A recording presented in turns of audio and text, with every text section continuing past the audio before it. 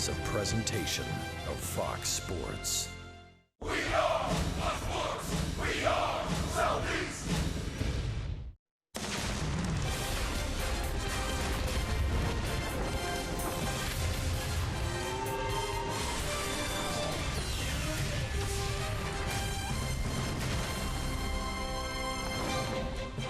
Missing in Minneapolis tonight is Mary Tyler Moore and her beret as we welcome you to Target Field. It's a beautiful night for baseball. Hot, muggy weather greets the Braves and the Minnesota Twins. A brave two-game interleague series gets started tonight. Hi again, friends. Joe and Chip, welcome back to the ballpark. After an off day yesterday, the Braves licked their wounds after being swept by the Colorado Rockies. Now they're taking on the Minnesota Twins, who have 37 wins this year. But, Joe, don't be fooled by that record. Right now, the Twins might be playing their best baseball of the year. I think they are, Chip, and they got up to a rotten start after a great season last year. They had high hopes, but an 0-9 start, just like the Braves, really dashed any thoughts they had of competing this year.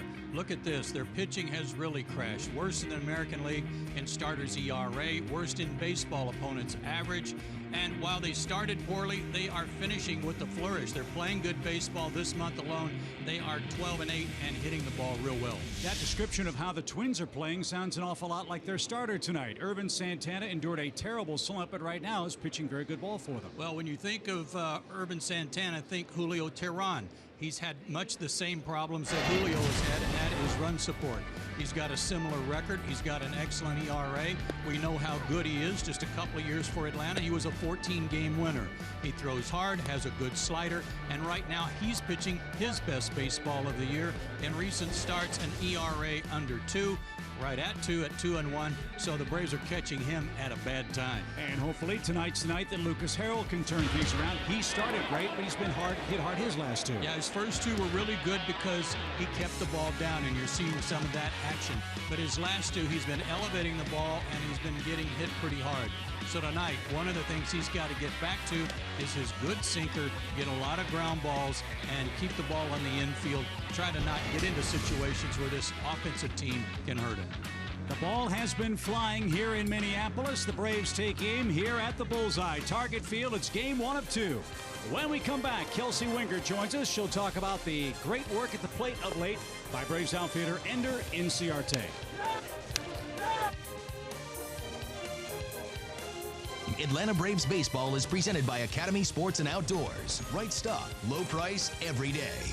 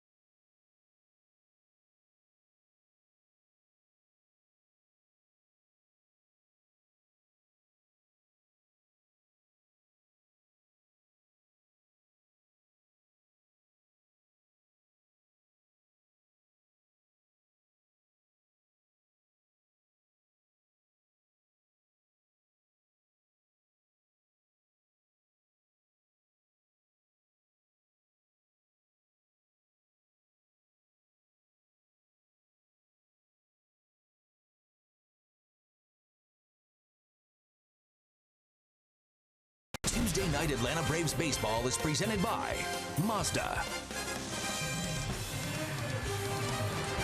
Welcome back to Minneapolis for game one of a quick two-game set between the Braves and the Twins. The Braves hoping to get some offense going here tonight, and the DH might help that, but so will hopefully Ender Inciarte, who has been on fire since coming back from the All-Star break, and he's the subject of our Zaxby's indescribably good play. Since the break, he's hitting .353 with a .425 on-base percentage. He's also hit safely in 12 of his last 13 games. I spoke with hitting coach Kevin Seitzer before the game. He told me that Ender isn't fighting his swing like he had been. They had put him down in that 6-hole to take some pressure off of him, and it is working. He also told me that he's been a lot better mentally the last 3 weeks, and they hope that that continues tonight because they need his bat going to get some runs in this park for game one of the Braves versus the Twins. You have Lucas Harrell on the mound for your Atlanta Braves as they hope to salvage the rest of this road trip. Chip and Joe take it back with first pitch and starting lineups coming up right after the break.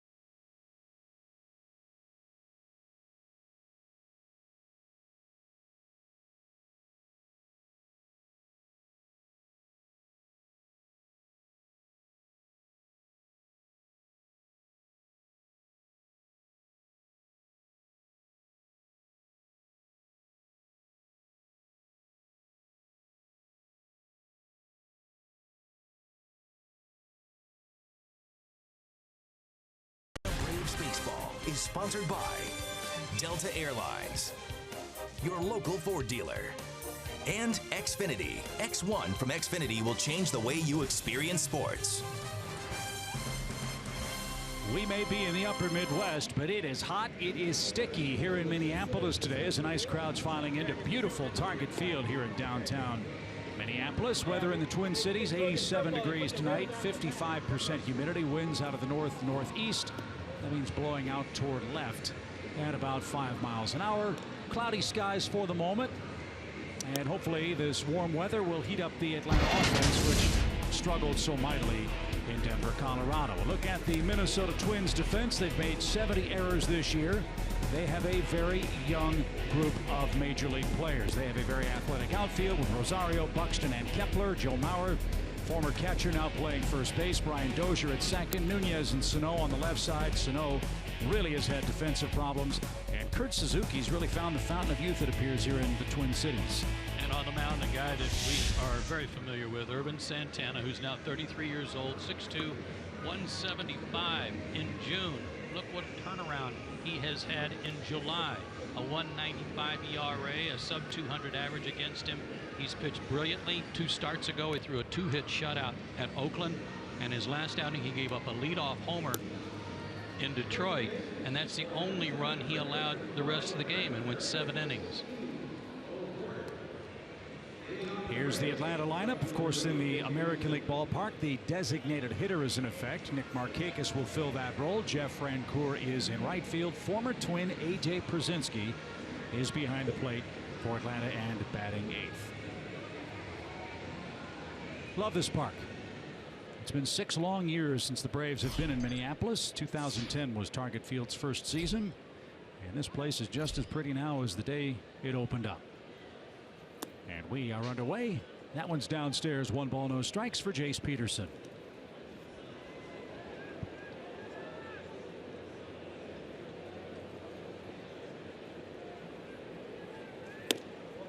And Santana's first strike is rung up by Jeff Nelson, the crew chief, who has the plate for game 1.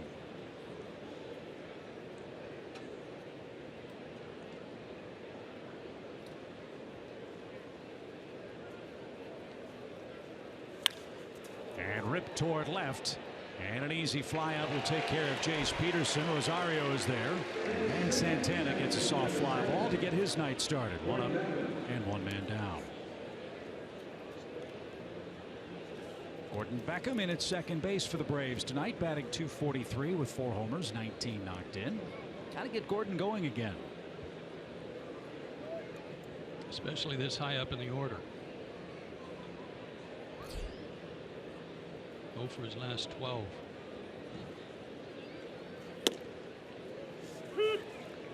And Santana a strike. Beckham has 5 career hits against Irvin. 3 of those hits home runs.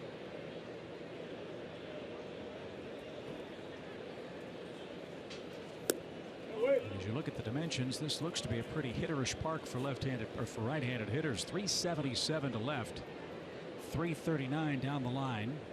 Wall height 8 feet until you get to the 403 sign. Then it jumps up to 23 feet high.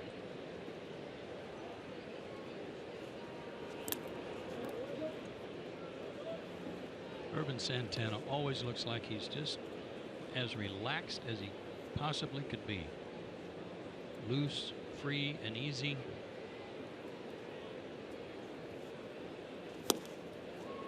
And then he drops a 94-mile-an-hour fastball. And, yeah, and busts you with that.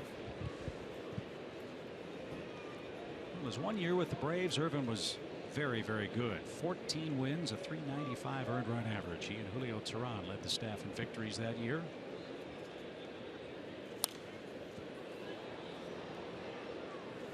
Last year, things did not start well for him here in Minnesota. Irvin had to serve an 80-game suspension for performance-enhancing drugs.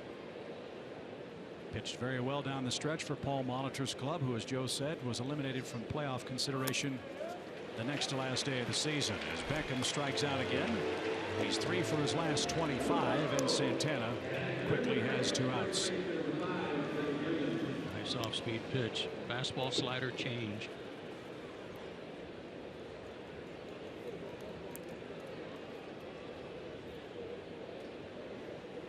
So here's Freddie.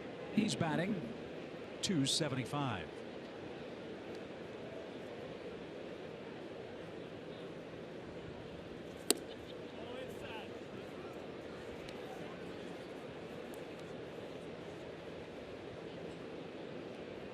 Freddie's got 6 triples on the year. In fact, 5 of his last 7 hits overall have gone for extra bases.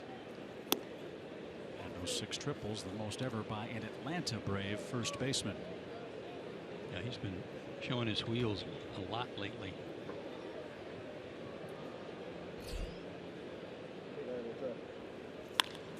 High fly ball toward left.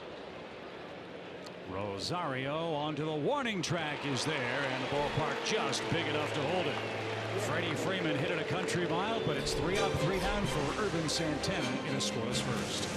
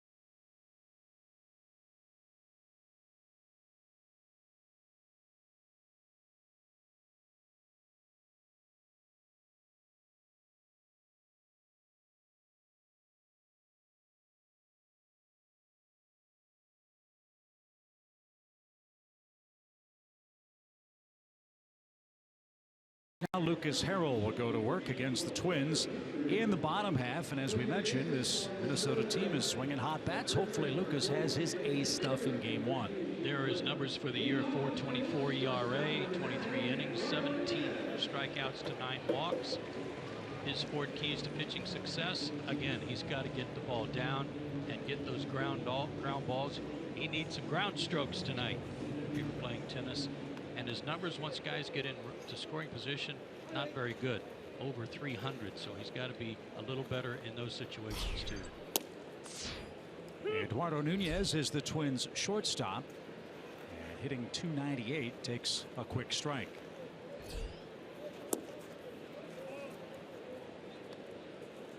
Nunez, one of 7 players under the age of 30 in the Minnesota starting 9 tonight.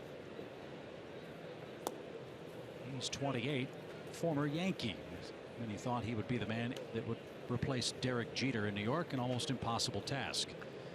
But he's made his way to Minnesota, where he's had 33 multi-hit games this year. He's been a nice surprise for them. Well, he's already established career highs in homers and RBIs. His batting average right now, a career high, but he's on a downslide. He's 4 for his last 30. Not a good sign for Lucas. A leadoff walk in front of Joe Mauer. The rest of the Twins lineup as presented by Paul Molitor. Sano can hit him a mile. Kepler can hit him a mile. Suzuki's figured things out. Byron Buxton, a Georgia native, is batting 9th but hitting just .203. We'll talk a lot about him in this 2-game set. Here's Mauer batting .261, 8 homers, 30 RBIs. Runner goes, first move. AJ's throw is short hop at second, and Ibar tumbles over Nunez, who stole second base, and he's in scoring position with nobody out.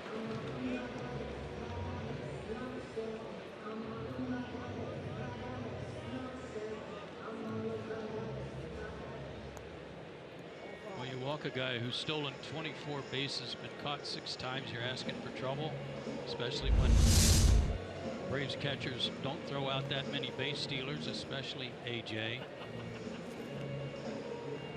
Throw is to the third base side. That's why the lack of balance there for Ibar.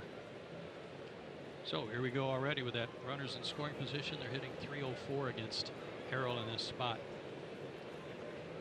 Mauer with 30 RBIs takes a strike. And all about Joe Mauer, #1 overall pick in the draft. Hometown kid, signed a huge contract with the Twins.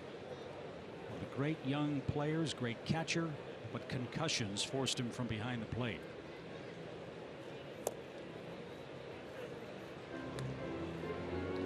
This is Mauer's world up here with all that he's done as a Minnesota Twin and as a local guy. Here are those numbers for Lucas. Good numbers with nobody on base. But remember, he walked the first guy.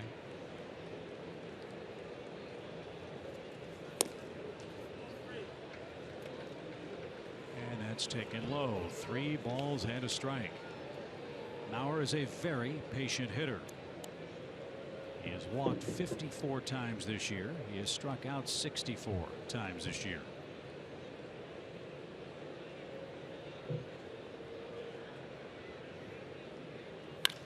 Ripped toward left. And at the edge of the track, Jace Peterson makes the play. Runner tags, heads for third, and he'll make it. So Nunez moves up on a deep fly ball by Joe Mauer. And the Twins very aggressive on the base paths in the early going. Have a man at third and only 1 out. They've got some guys that can run, and they are very good at it.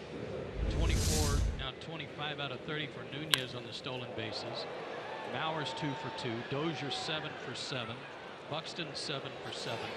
They don't get thrown out very much. Good speed.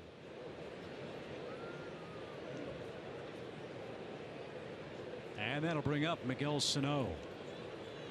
15 homers, 38 RBIs for Sano. He's just 22. And he's a hot hitter right now. And that's fouled at the plate. Strike 1.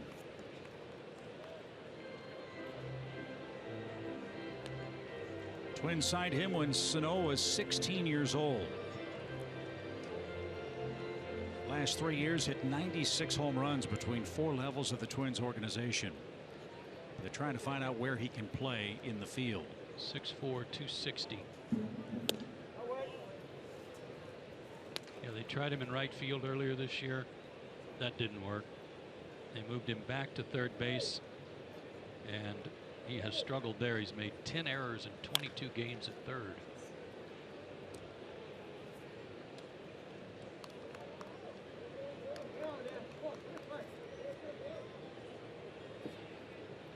Sano had 18 home runs in his rookie year last year, 5th best mark in the big leagues. He's got 15 now. Strike 3 outside corner. Big pitch by Harrell, and AJ like that. That's out number 2. And he took a fastball right down the middle.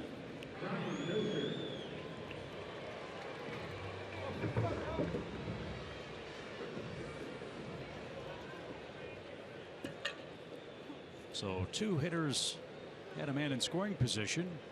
Mauer failed. Sano failed. Here's Dozier. Dozier with 17 homers. He's knocked in 51. He's riding a power streak. 10 homers since mid-June. And 17 overall. Big shift on for him. Dead pull hitter. Rarely hits the ball to the right side. And even with a big shift on, rarely tries to hit the ball to the right side. He wants to launch.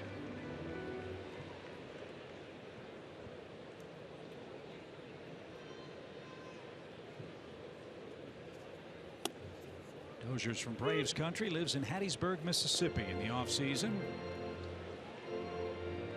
An 8th round pick by the Twins back in 2009.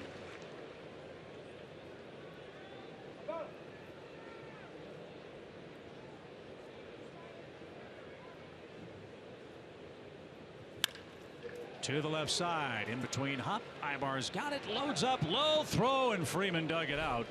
And that saved a run and retired the side. Harrell pitches around a leadoff walk and a stolen base. We head to the second, no score.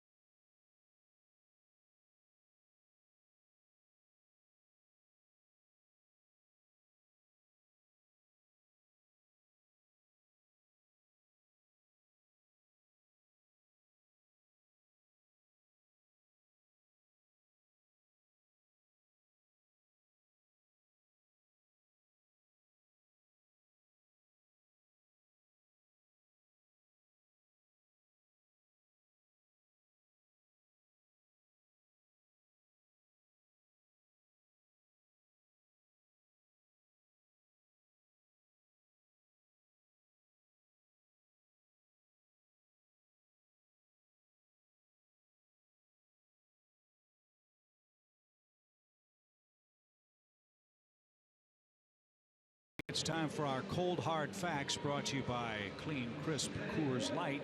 The designated hitter is in effect in Minneapolis. Hopefully Nick Markakis will have a good series. These are kind of cold and hard. 5 home runs since 2011 from Braves DHs, and only 1 in the last 2 years. So that definitely has room for improvement. And Nick's been hot. Maybe he's the guy to get it going. Nick has a 10 for 23 road trip working at the plate, and hitters play at 262. He has seen Santana a lot, and he jumps on the first pitch and drives it towards center. And Buxton is there, makes the catch over the left shoulder, and Markakis is out number 1. there's a red-hot hitter for the Braves. It's the man in the batter's box on the Georgia lottery hitting the jackpot. And in 7 straight, big average, big on base percentage. 11 hits in that 7-game streak. Got a day off Sunday, so with the off day yesterday, he should be ready to go today. And Brian Snitker said before the game today, and out in Colorado for that matter, that was by design. Yeah. Adolis had played in 25 of 27 games leading up to the off day. And he unloads down the left field line. A day off served Adolis Garcia well. A line drive home run puts the Braves in front.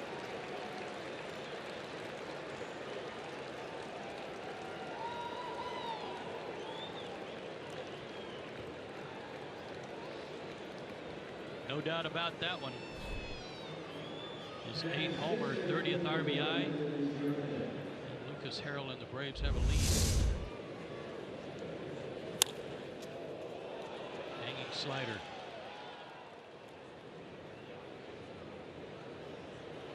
Home run number 8 and an 8-game hitting streak for Adolis Garcia. The Braves strike first. Here's Ender Inciarte.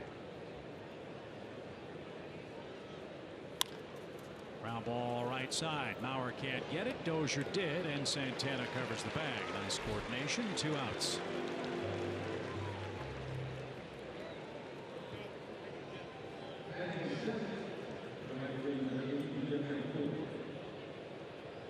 Home runs have always been an issue for Urban Santana. He's always given up a lot annually, but this year he'd only given up 12 coming into this start. That's a low number for him.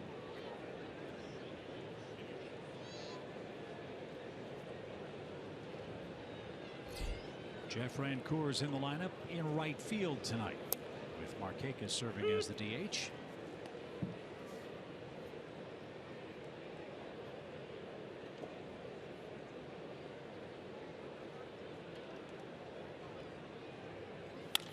And that one's banged up the middle. Nice play, Dozier, and he got him. Incredible play.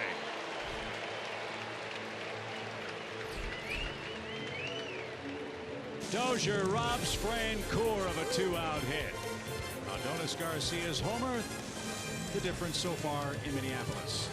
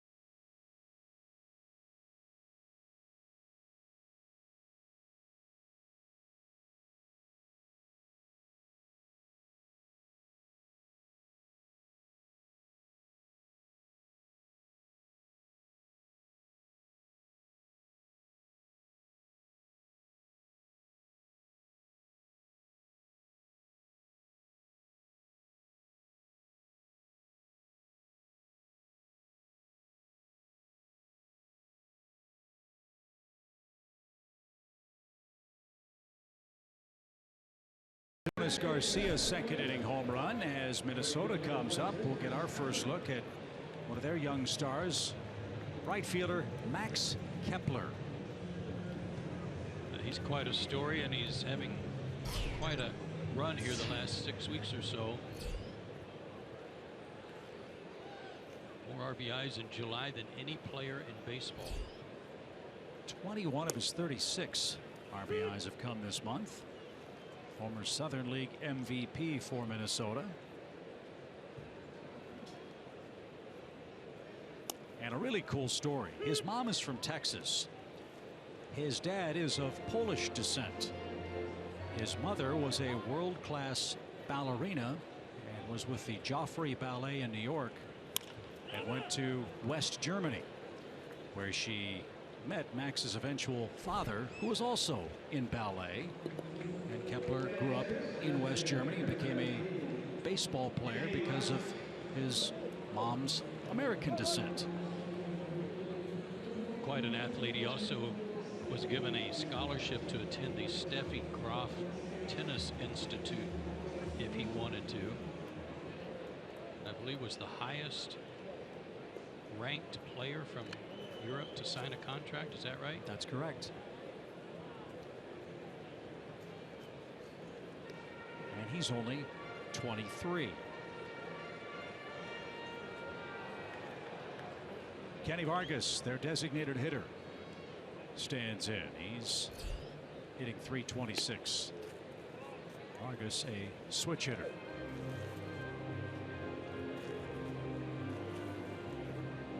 Not surprising, the Twins and Braves have very similar records, and their fan base has to heed the same thing: patience.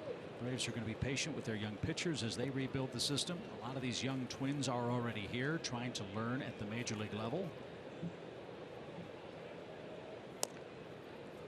I would imagine it's tough to win with a whole bunch of 22 and 23-year-old guys playing every day for you. One thing they're not short on is size. They got some big old guys playing. That one's golfed into right field. And Vargas has the first Twins hit. He's aboard with one out.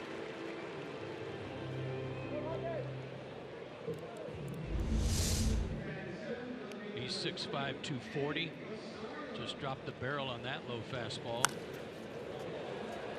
Wasn't a bad pitch. Good sinker. He got it. Yeah, I think Teddy Bridgewater would like to play behind these guys. Yeah. Here's Eddie Rosario. He's 24, fourth-round pick in 2010. And popped up out of play. Strike one.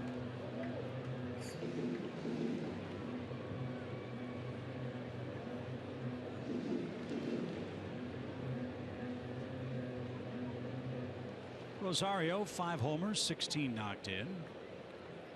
Last year he led the world in triples. 15 of them, is that right? 15.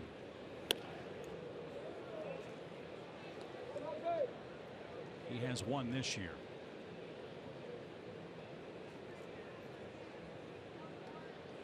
Scored 60 runs in those 122 games. Knocked in 50. Pop fly toward left. Can of corn for Jace Peterson. He'll make the play.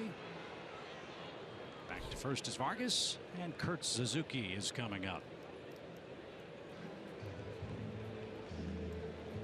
This is another name that's popped up a bit on the rumor mill as we approach the August 1st trading deadline, and why not? Kurt Suzuki has really rediscovered the magic here with the Minnesota Twins. He's having a good year. 288 average. Excellent defender behind the plate. Doesn't throw out a ton of guys, but boy, he handles the pitching staff well. You can see he looks like he's wearing a chin strap. He got nailed Saturday in Boston with a foul tip that got up under the mask 8 stitches later in his chin. He had to come out. That's got to be uncomfortable tonight with a mask.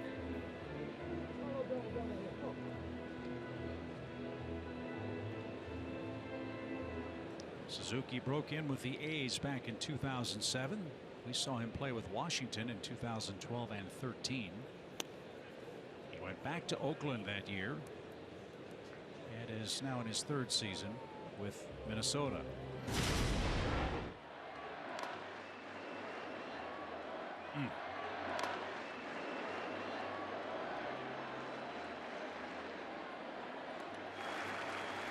Oh, the Twins see that. I'm sure what immediately goes to their head is Joe Mauer.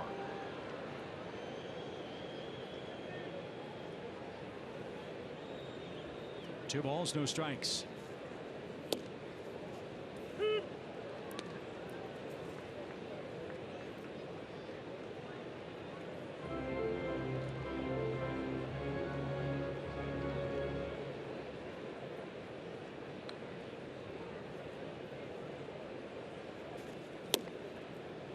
shaved a corner. Now 2-2. So far, with the exception of the first batter, Nunez, he's made some good pitches. Locating.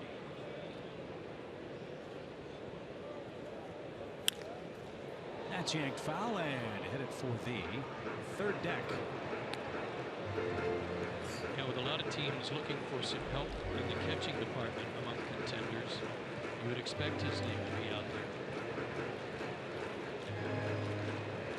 The trouble is the Twins don't really have anyone in their system that's ready to step in.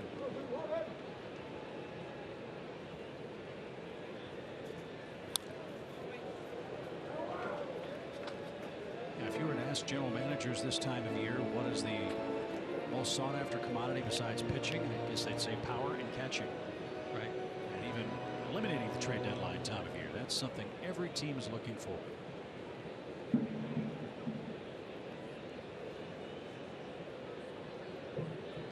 Suzuki ready to see a seventh pitch. And at first, 2 outs. And that's back on the play our way.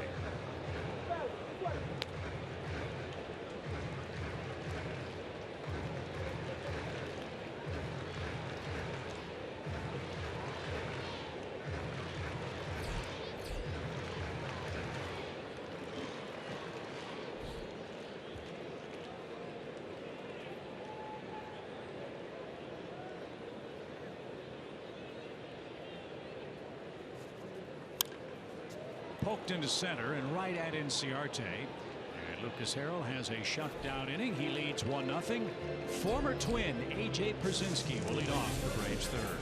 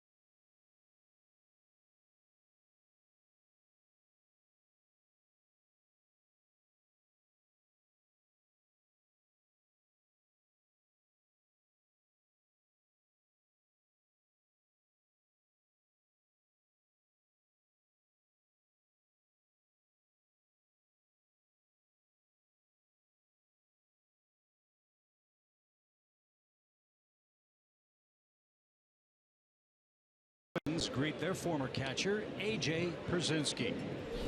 Very popular player while he sported the Twins unis, but when he went to the White Sox they had a bitter rivalry in American League play. So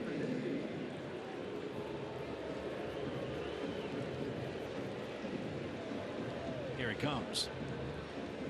Yeah, there were a few people that remember.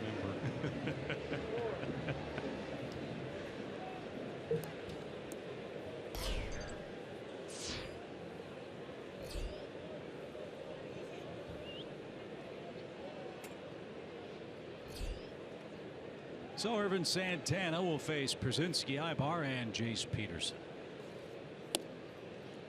And a check swing strike. 6 seasons.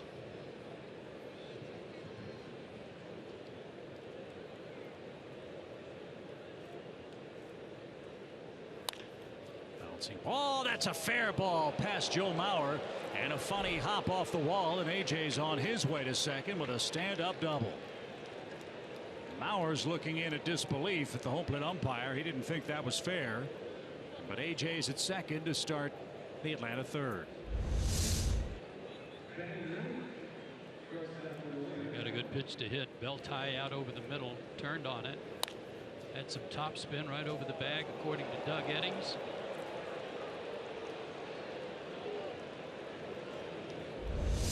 Easy stride to second.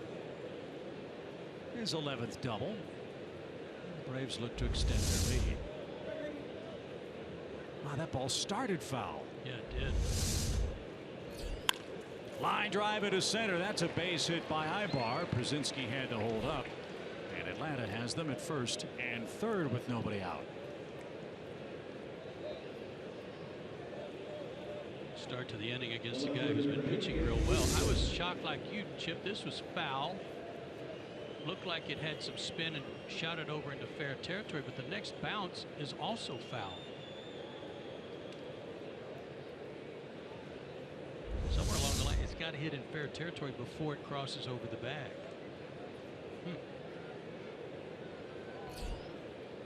All help appreciated. And a ground ball towards short. Might be two. There's one. Dozier the turn. And in time for the twin killing, but A.J. Przinsky scores. No RBI for Jace Peterson, but the Braves extend their lead. It's now 2-0. However, by whatever means, any lead that's added to right now is a welcome sight.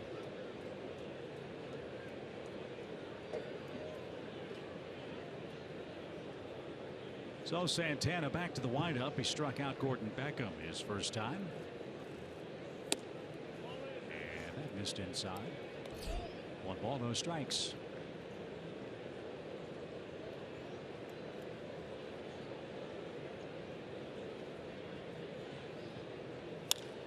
High fly ball toward left. Rosario is there and puts the squeeze on it. Another good inning for Atlanta. A leadoff double followed by a single brings home the second Braves run.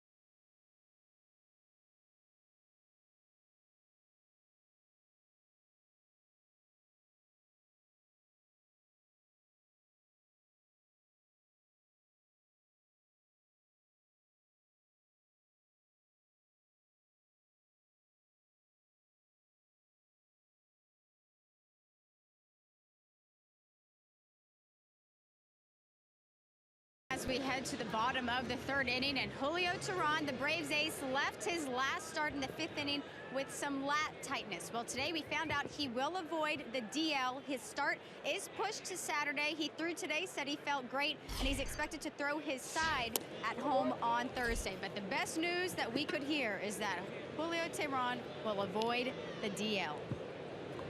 That's always good news, Kelsey. Thank you very much for that update. As Lucas Harrell starts the home third with Byron Buxton,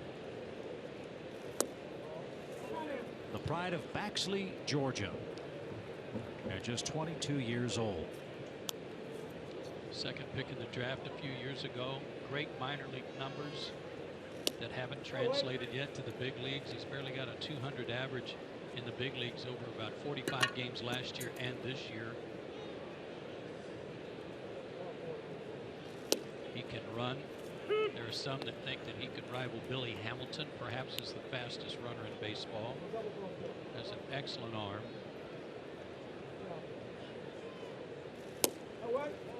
And he takes ball 4 to start the inning, so a threat to steal is aboard for Minnesota. There was a great story online about this Minnesota club, Joe, and all the youngsters that they had and have, and the patience that people need to have with a 22-year-old kid with the skill set of Byron Buxton. A name that came up was Torrey Hunter. Torrey Hunter was drafted by the Twins in 1993. His first big league at bat didn't come until 6 years later.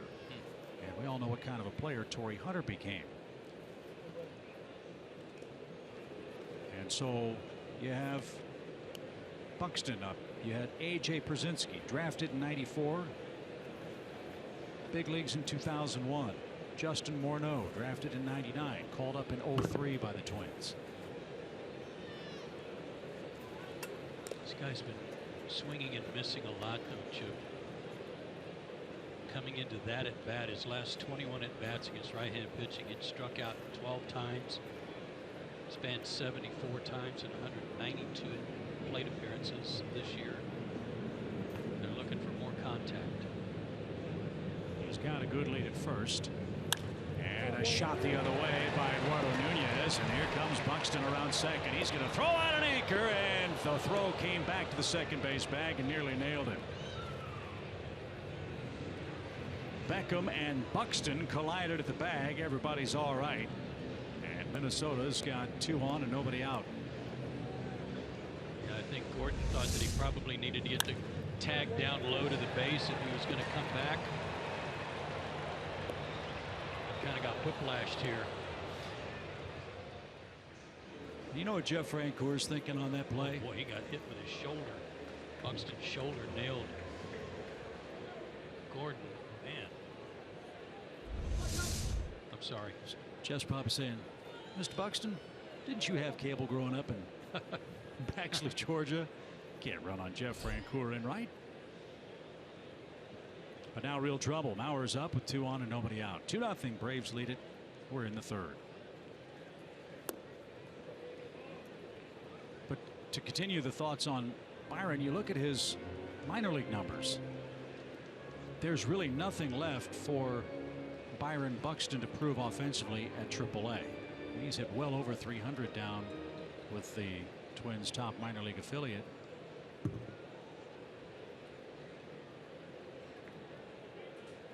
First, the pitch to Mauer.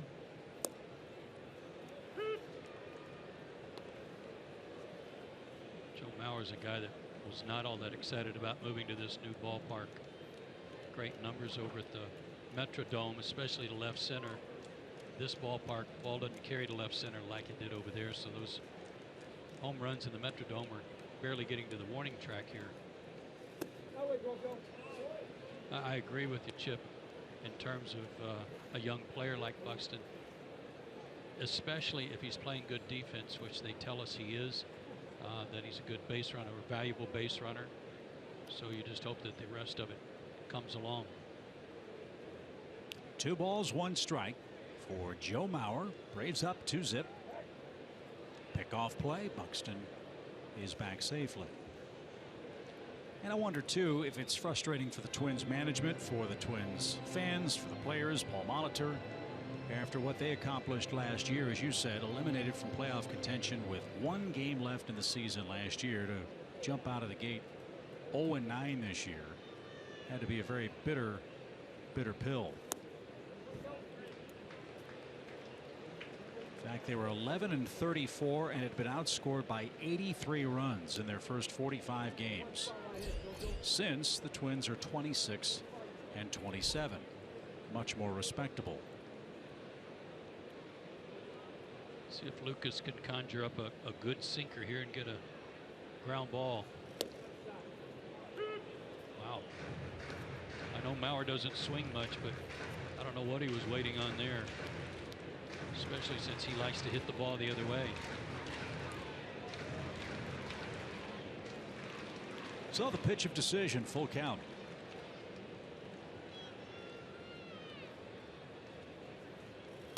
And Mauer didn't get it. Swing and a miss. 2 strikeouts for Harrell. And Sano is coming up. What a comeback. Like a little cutter there. Biting in on the handle.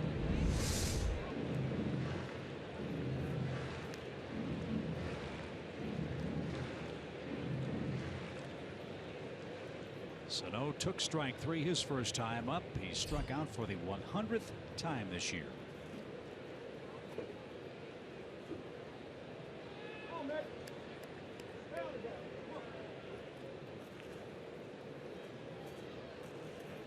Harrell's trying to pitch around his second leadoff walk in his first 3 innings of work.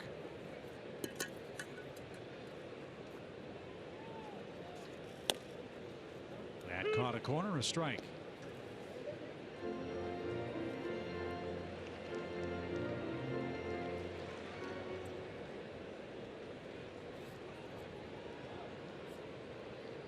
Sano is not a pitcher, but he's had Tommy John surgery. He missed the 2014 season. Coming back from that, the runners go. The throw to third is going to be in time to get Buxton for out number 2. So AJ's off to a good start. He's thrown out 1 of 2 would-be base stealers. He's got a hit and a run scored. That was a terrific catch and throw by AJ. Not only a quick release, but accurate. Boy, horrible lead by Buxton. He didn't even have a walking lead. He was flat-footed. Thank you very much. 1 ball, 1 strike. And Sano is down to his last strike. First time Buxton's been caught stealing this year.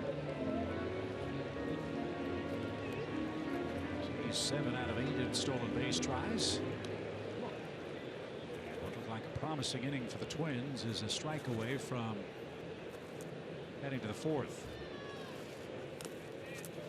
Ball in the dirt. And AJ thought about throwing but couldn't pull the trigger. And Nunez moves up on a ball in the dirt.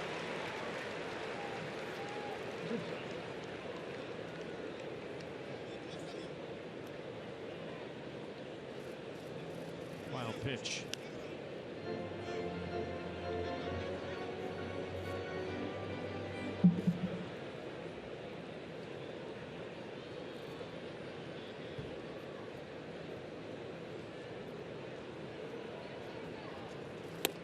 Strike 3 at the belt, right down Hennepin Avenue. And Sano strikes out looking for the second time, and Harrell pitches out of 2 on, nobody out to preserve a 2-0 lead.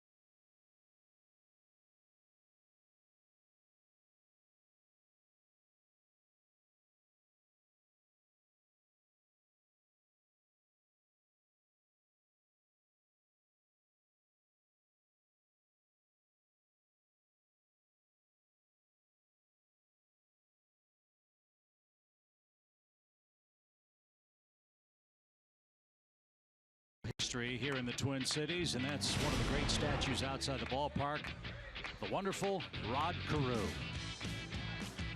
who was just announced will have his name on all future batting champions. The award will be called the Rod Carew Award in the American League for batting titles. He only had 7 of them. all with the Twins. He was that era's Tony Gwynn. That's what I was going to ask you. As a National League fan, and before the advent of cable television, we almost never got to see Rod Carew play. If you didn't live here in the upper Midwest, you saw Rod Carew a lot up close and personal. What a player. What a player.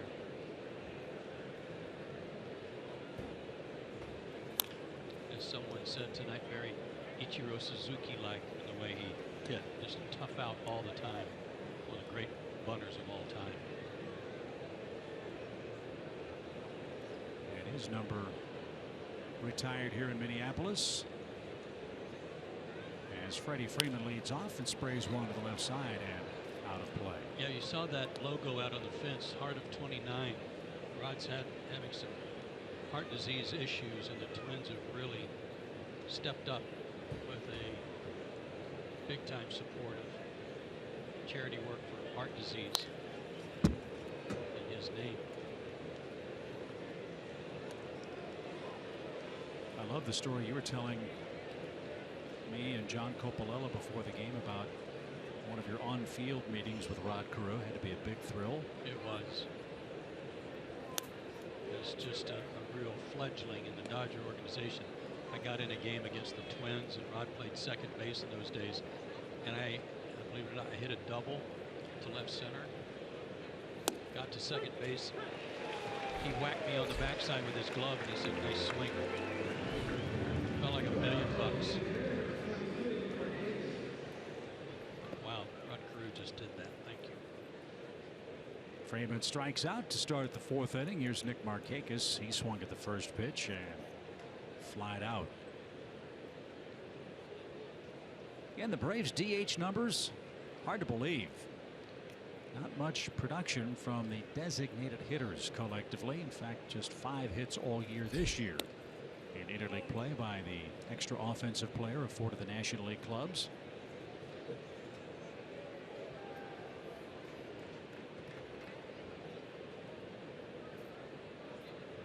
But so far so good. Braves offense has touched up Irvin Santana for a couple of early runs. Lucas Harrell has pitched out of trouble a couple of times.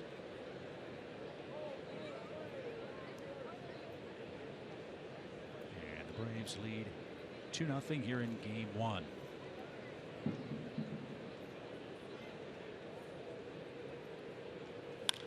Ground ball up the middle. Nice play. Dozier off balance throw and a beautiful peg.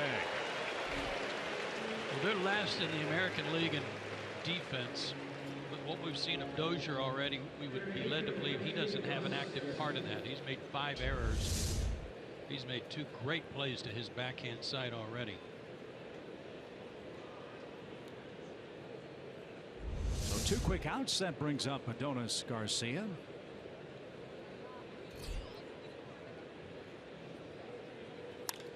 And a high fly ball to right. That'll chase Kepler back to the edge of the track, and he's got room. 3 up, 3 down. Middle of the order coming up for Minnesota. The Braves enjoy a 2-run lead.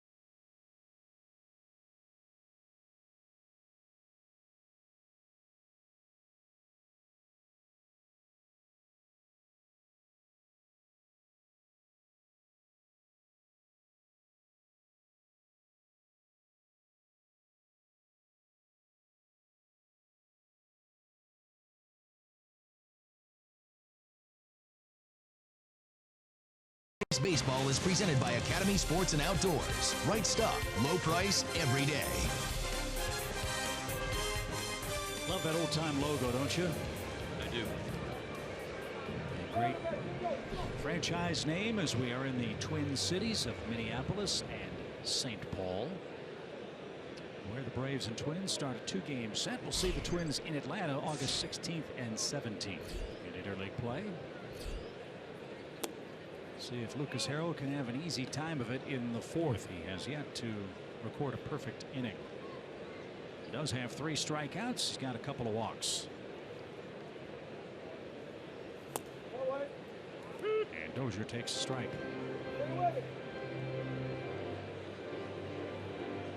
This guy's hit for a lot of power for them over the last several years.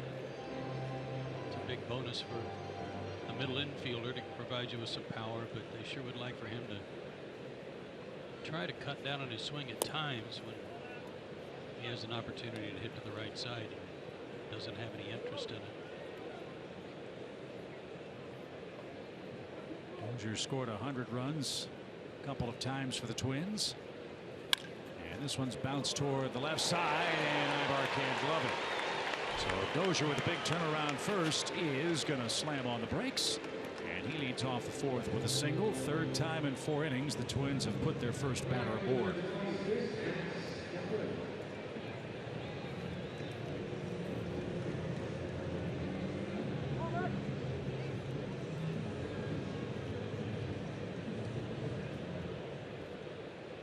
Here's Kepler.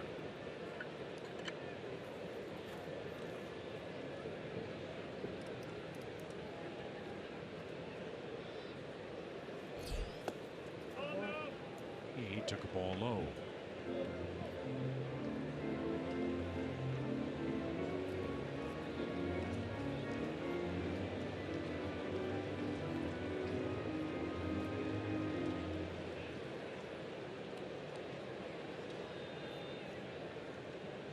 Kepler 6'4", 207 pounds.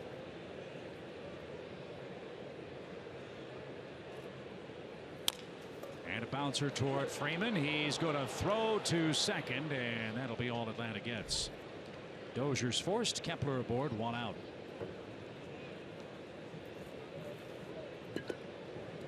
Good choice by Freddie. That was going to be a tough play to make going back to first base, where Harrell was trying to hustle over there and beat Kepler to the bag.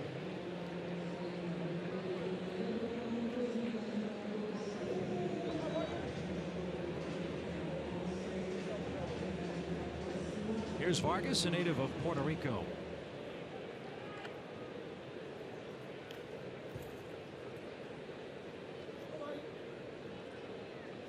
Another Twins farmhand that put up huge minor league numbers. Numbers that have not yet translated consistently here in the bigs. And that's upstairs to him. 1 ball, no strikes.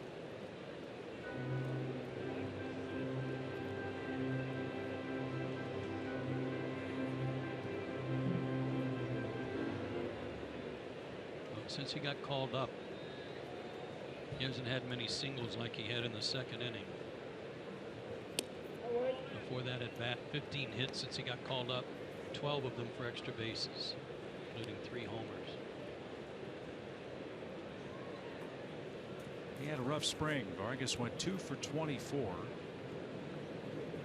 and played 82 games at Rochester. Hit just .235 down there, but got called up early in the month. Hit 3 homers, drove in 4, scored 9, walked 6 times, and had 5 doubles right before the All-Star break. So he's had a hand in this offensive surge for the Twins.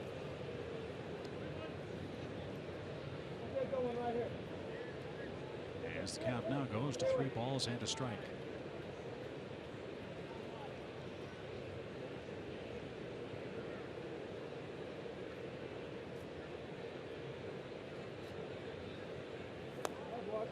Another walk. That's 3 for Lucas Harrell. 2 on and 1 out. I hope he's not trying to take a page out of Tyler Chatwood's book of walking 8, putting zeros up. But Chatwood only gave up 1 hit. That was Sunday in Colorado. This team, the Twins, as rock bottom as their pitching has been, their offense is lower third. They're 11th in average, 10th in runs, 10th in homers, but 3rd in stolen bases in the American League. And it's amazing when you look at the difference between American League offenses and National League offenses coming into play tonight. The Braves played 99 games. The Twins have played 98. Minnesota had scored exactly 100 more runs than the Braves. And with a DH, of course, but a run better per game.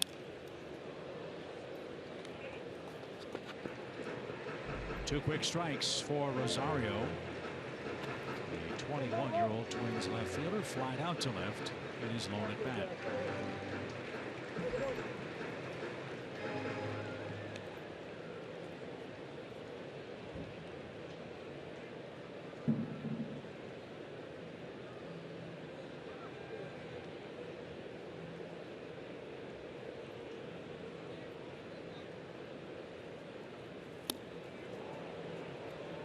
Swing and a miss. He's thrown a couple of good sliders. Needed that one. 4th strikeout, 2nd out of the inning. And here is Kurt Suzuki.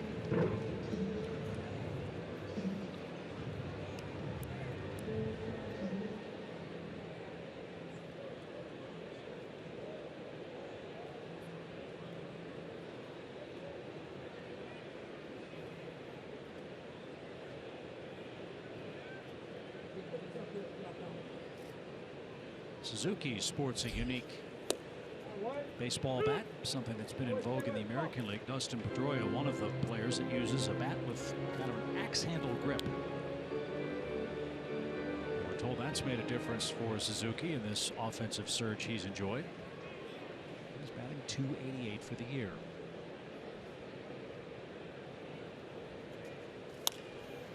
Driven foul. If it makes you feel good and you're getting some hits with it.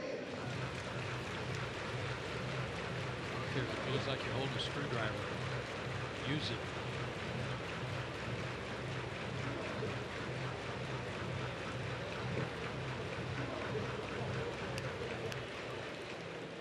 Kepler and Vargas are the Minnesota runners.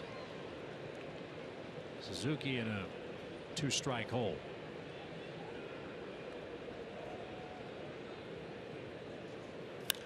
Popped him up right in the middle of the diamond. Who wants it? Adonis Garcia gives way to Freddie Freeman on the slope of the mound, makes the play, and Harold pitches out of 4th inning trouble. Minnesota strands 2 more runners. It's 2-0 Atlanta.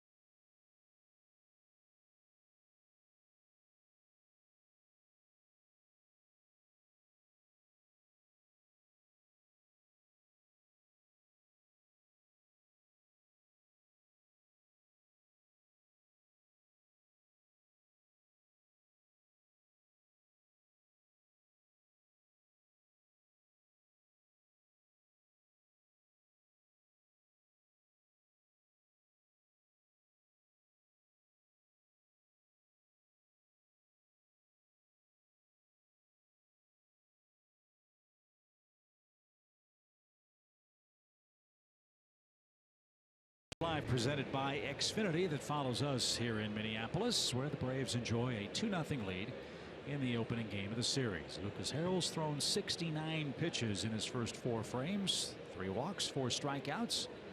The offense has put him in front, courtesy of an Adonis Garcia second inning homer, and AJ Brzezinski scored on a ground ball double play.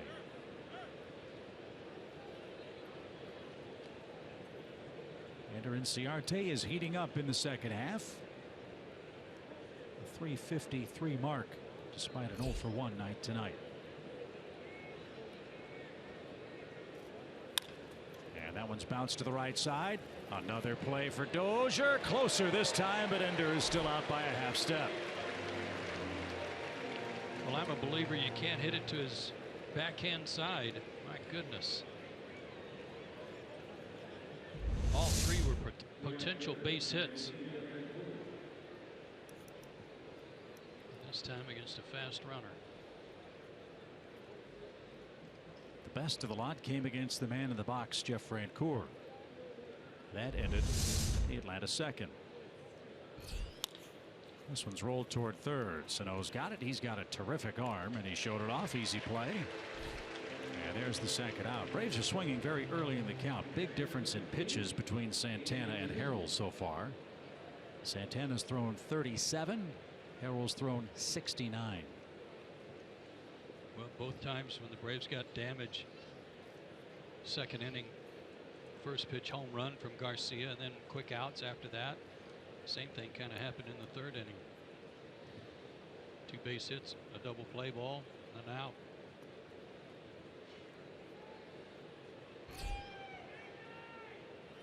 Well, so far it's been a happy homecoming for AJ Brzezinski. He's doubled and scored. He's thrown out a would-be base stealer. And he shoots this one into right. Kepler's on the run, dives, and he held on. The Twins are throwing some leather at Atlanta tonight. That's 4 terrific plays by the Minnesota defense. Kepler robs AJ Brzezinski of a blue pit, and that sends us to the bottom of the 5th.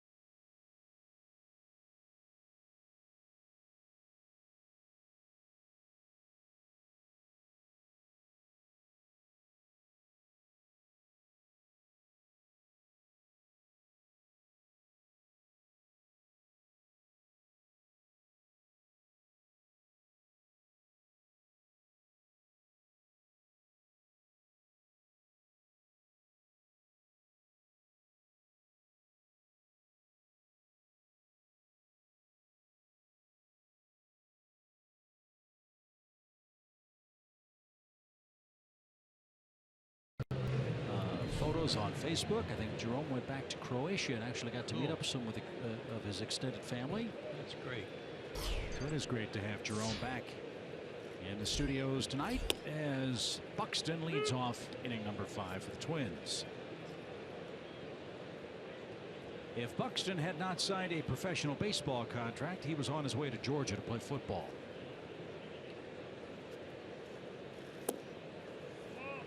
As we said, he's from Baxley, Georgia, a little town in southeast Georgia, birthplace of two other fine football players, Dexter Carter and Devontae Freeman. Is that Appling County? It is, yes. Appling County High School.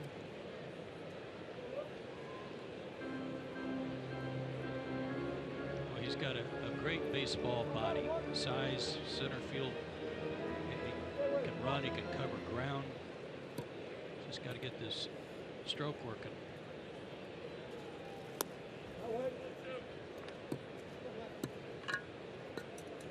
know, one of the things that plagues a guy that has such high expectations,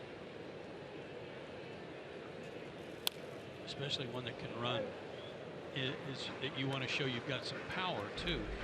And a lot of swings and misses, as we said, for him, and a lot of pop-ups, a lot of fly ball outs. They so want him to start getting on the top half of the baseball, hitting grounders, which resulted eventually some more line drives to use his speed.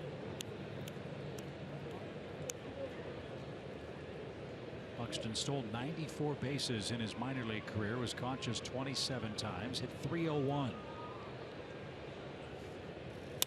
That one is lined into center field softly, and it's another leadoff man aboard. My goodness, better get a ball in quick. We were told if he hits a ground ball to short, you better not hesitate.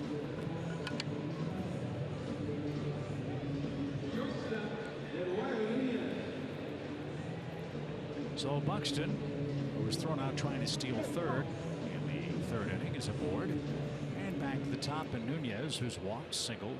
He's stolen 2 bases, and he's been left at third twice.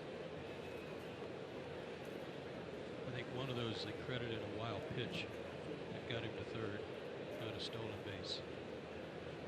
Thank you for that.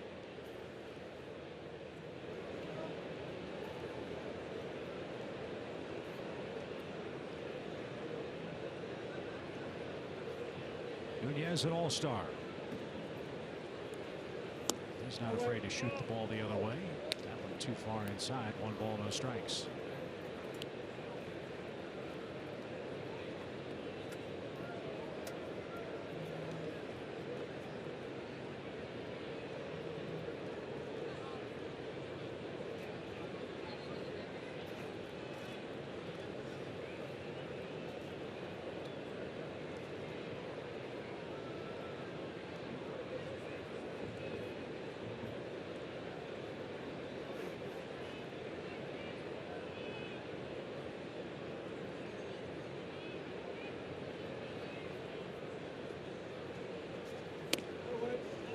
Too tight.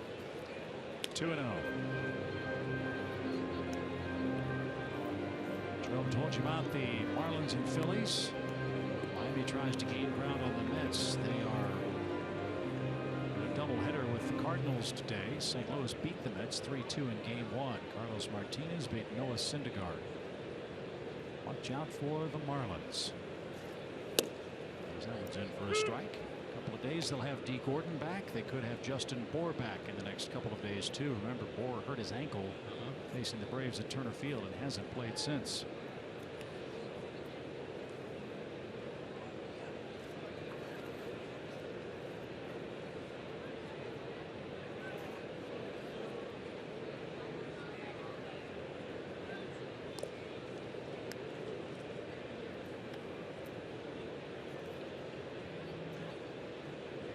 Boy, nights like tonight sure make you miss the Metrodome, don't they?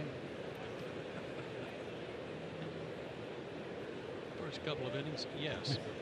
It's cooling off. What a beautiful park. As that one's hammered back toward us. Hey, great catch. Right below us.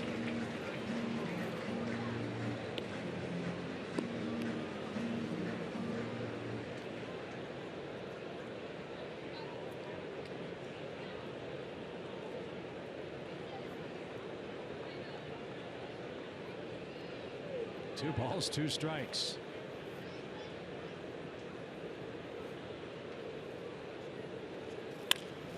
Ground Ground ball toward Ibar. He's going to go to second. That's close, but in time to get Buxton. And the Braves erase the lead runner here in the 5th. 1 on, 1 out. Nice play by Ibar. Hit that lead runner. That was close.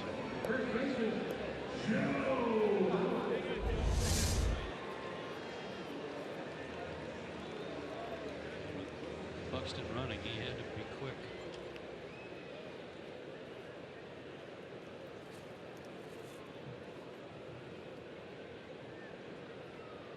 And that brings up Joe Mauer. Number 1 overall pick by the Minnesota Twins.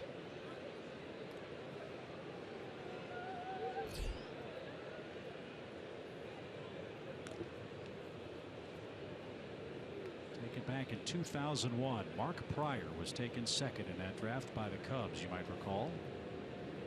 2009 MVP, 3-time batting champion. Gold Glover behind the plate. But in August of 2013, he had a game against the Mets and got just creamed with a foul ball. And that's when the concussion problems started for Mauer.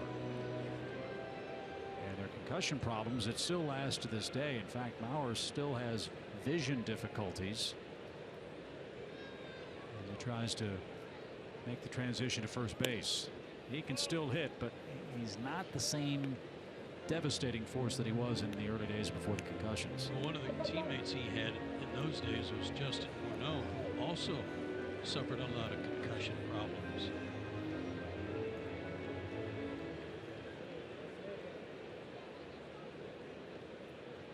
One ball, no strikes. Runner goes. Good jump. The pitch, a ball. The throw is high. And it's another stolen base for Nunez.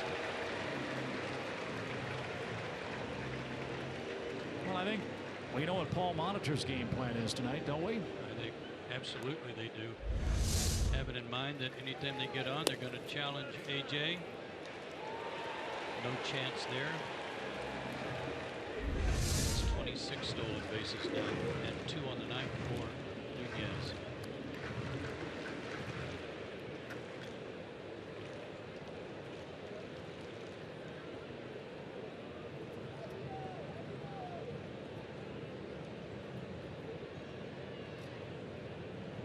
For 2 with a strikeout tonight.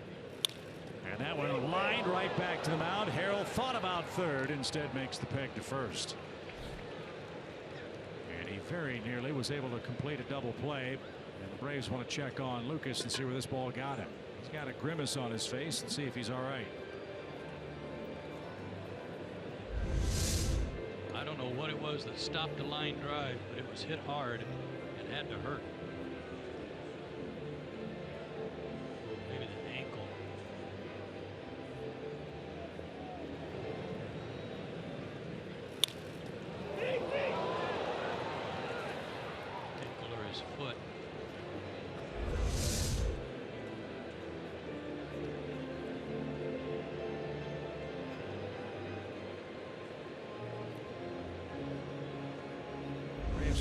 Injuries to starting pitchers this year.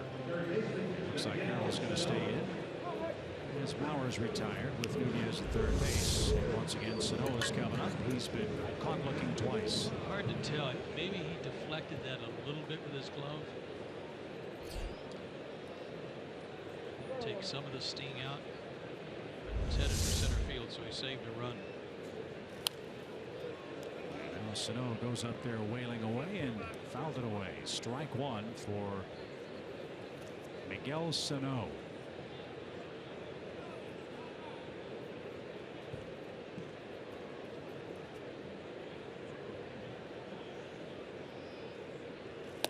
No relation to former Giants first baseman JT Sano.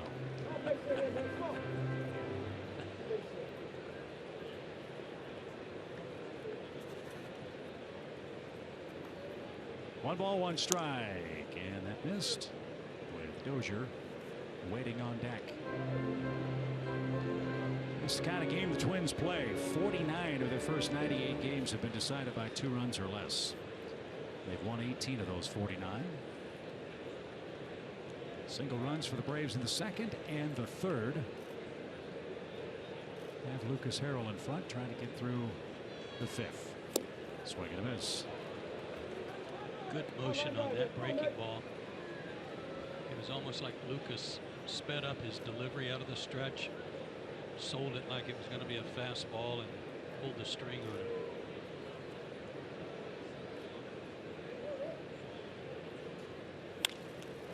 Popped up, shallow right. Jeff Francoeur gallops in. He's got it. And that retires the side. Lucas Harrell's put the leadoff man on quite a bit in tonight's ball game, but he's got the Twins shut out through 5.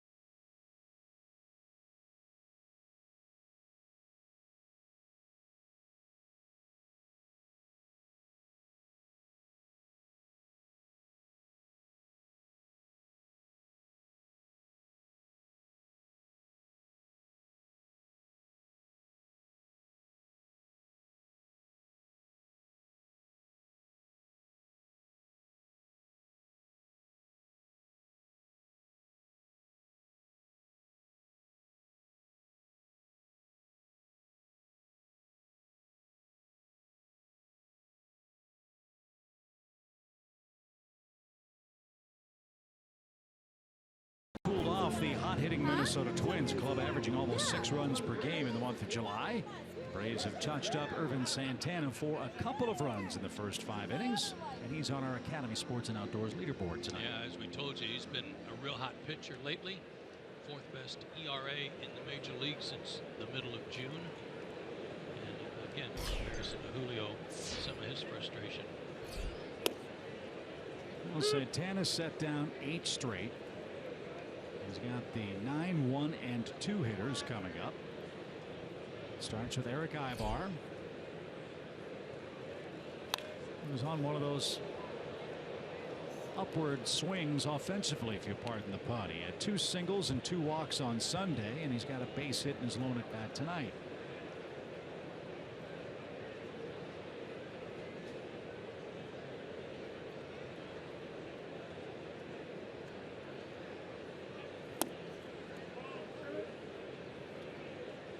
It's 1-2.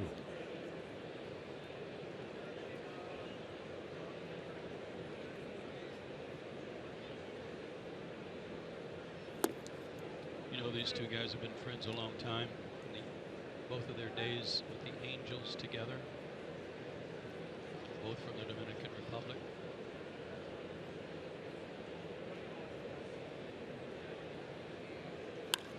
Lined and foul. 2 balls, 2 strikes.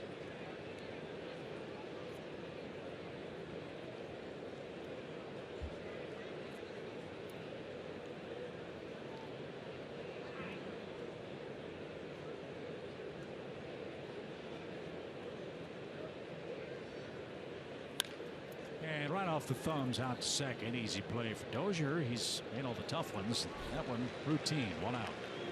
One of the cool things I like about this stadium is the way they have their lights recessed into that awning that sits atop the upper deck. I mean, that's very spaceship looking. Really cool, stylish. It seats about 39,000 people, which is not that much bigger than Marlins Park, but yet it seems a lot bigger. Doesn't have a big roof over the top. Certainly that helps. Or the sculpture, which. Thank goodness. As Peterson hits. Takes one into center field. He went down and got that ball, and that snaps 9 in a row, retired by Santana. Chase aboard with 1 out. And they had to really shoehorn this stadium into a real small space. They did a marvelous job of that. They've got their train or metro system that's right out, I mean, literally right behind the left field wall, left field stands. So that's a nice addition to the stadium. It's right behind the Target Center where the Timberwolves play. And I may be wrong about this. Someone told us 6 years ago about how much property they had available. I think it was something along the lines of 12 acres. That's all. Yeah, I think it was real close to what the AT&T Park in San Francisco was, which was 13. So you're right in the neighborhood.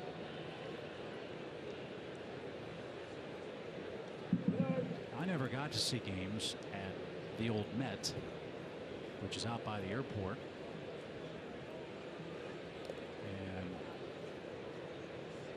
that is now the site of the Mall of America. Oh, it is? Yeah. I didn't know that. Yeah. And the Metrodome has been taken down. And that is now the soon-to-be new home of the Vikings. And that's another very cool looking sports stadium. Looks like the prow of a Viking ship. Oh, yeah? Yeah. Well, Really. it's supposed to be ready this year. I think that's right. The old Metropolitan Stadium was, it was a real good hitter's park. I can't tell you why, but certainly Rod Carew made it a good hitter's park. So did Harmon Killebrew.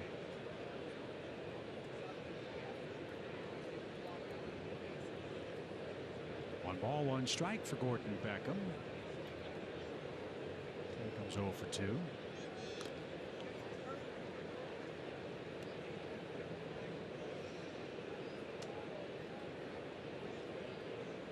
Had some great players here, great memories. Of course, the '87 World Championship against the Cardinals, the 7-game World Series against the Braves, which so many people still say was the greatest World Series ever played. Yeah, they're celebrating their 25th anniversary of that in big style around here. Pop fly out of play, and that's headed to the seats. Yeah, there's no truth to the rumor that the Braves and Twins are going to both bring Kent Hrbek and Ron Gant out to reenact how Gant was shoved off first base by cheating Kent Hrbek. Yeah, cheater. 1 ball and 2 strikes.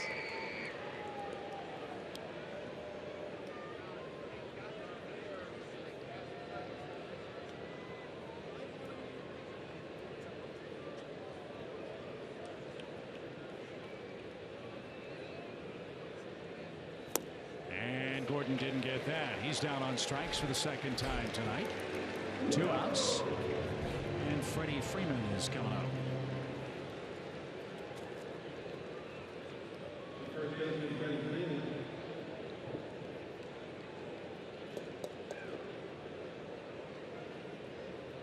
Freddie's 0 for 7 against his old teammate. 0 for 2 tonight. But he hit that fly ball to left about 2 days too late. This one's hit to the left side. Sano, long run. He's had trouble with pop-ups, but won't have a play on this one. And there's the first strike. That is, to me, the most amazing thing about the Braves the last couple of years. Last season, Atlanta went to Denver and scored 11 runs in 4 games. I think they had 12 this time in 4 games. Right. How does that happen?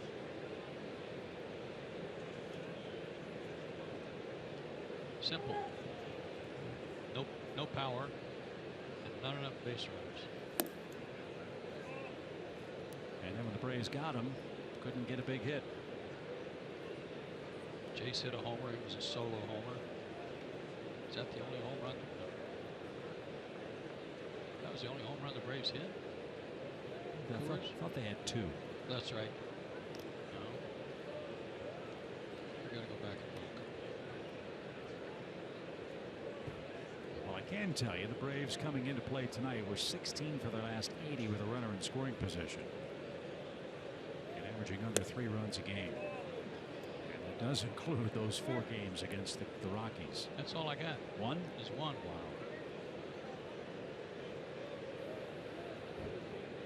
Well, they got one tonight.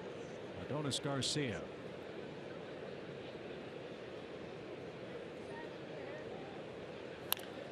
Braves third baseman got to touch him all baseball man in the second inning. 1 out line drive to left.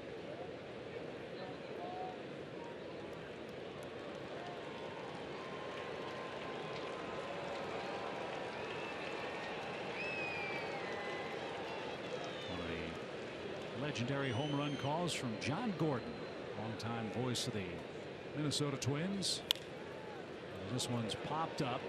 Sano going out, still going out, and makes the play and got tripped up. Wow, Sano made a marvelous catch. Rosario was closing in as well, a little collision, and the Twins third baseman ends up on his backside with the ball in the glove safely. Nothing doing for the Braves in the 6th. Still 2-0.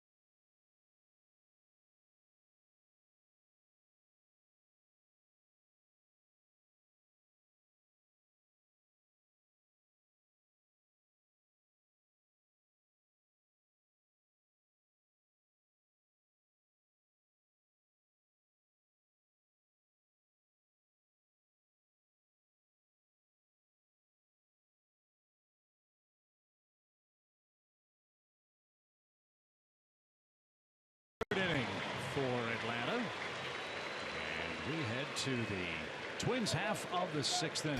And Lucas Harrell could use an easy frame. He's had to throw a lot of pitches tonight, 90 of them through 5 frames. And with that in mind, the Braves bullpen has gotten busy. Yeah, it doesn't do any good to look at the lineup to see if his spot in the order is coming up. Not with a DH.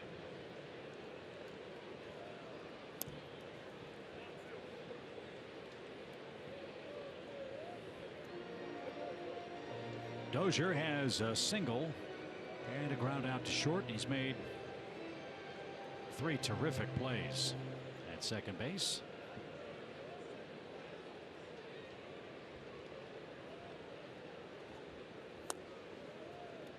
Two years ago, Dozier scored 112 runs. Last year, he scored 101 despite hitting .236. That's hard to do. That low a batting average, you're just not on base that much. You have an on base percentage there. Last year, .307, and still scored 100. Scored every time he got on base. Just about right. Pop fly foul and out of play. He's out of Southern Miss is Brian Dozier. First big league season was 2012 for the Twins.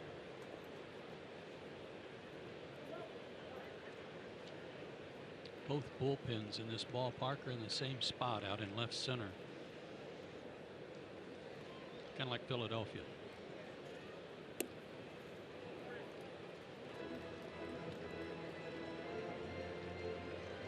Twins have the higher ground.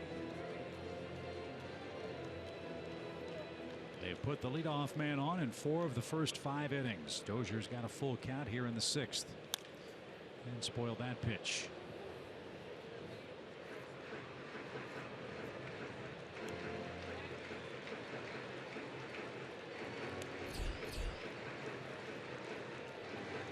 Kepler, then Vargas.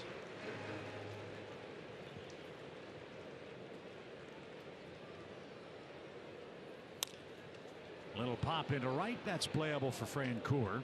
And Jeff, a couple of steps shy of the track, calls it in.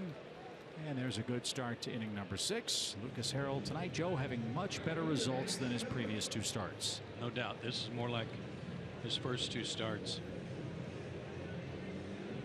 It's not quite Tiger Stadium like, but they've got a little shelf out there in right field that hangs out over the playing field that you can actually hit a home run into the seats out there just where Jeff was catching that ball. But it extends beyond the fixed fence. And I would think for the left-hand hitters, that's a great place to try and hit the ball out. Just a few steps to the right of where Jeff Francoeur is playing. It's only 365 feet, but with a 23-foot high wall.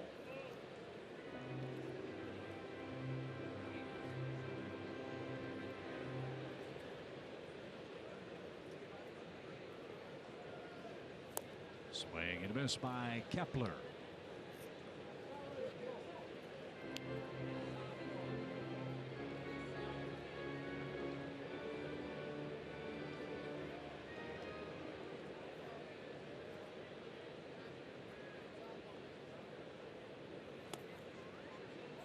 Kepler went to the John F.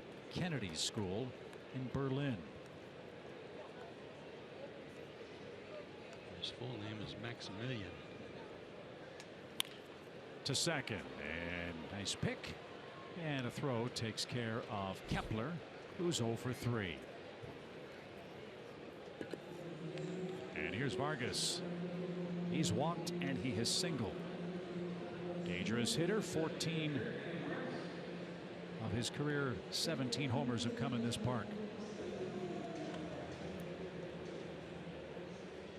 We'd always heard that this was a good pitcher's park because of the size of the wall, especially the one from right field all the way to center and deep in left center. It's 411 out there by the bullpen.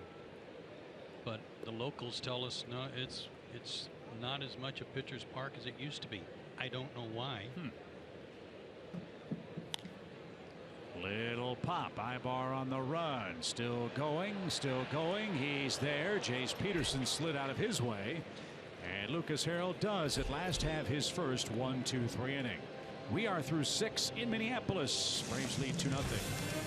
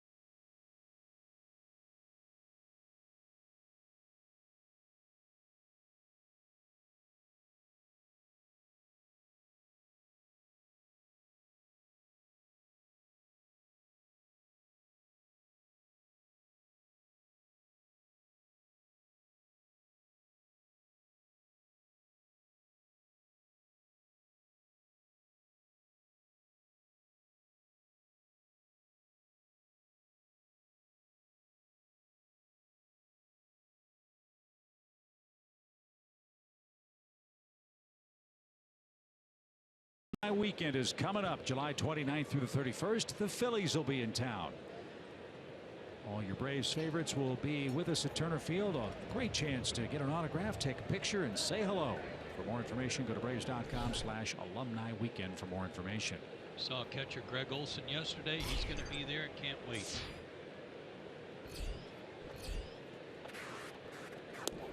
Braves lead by 2 as we head to the 7th. Designated hitter Nick Markakis leads off. Adonis Garcia and Ender Inciarte to follow.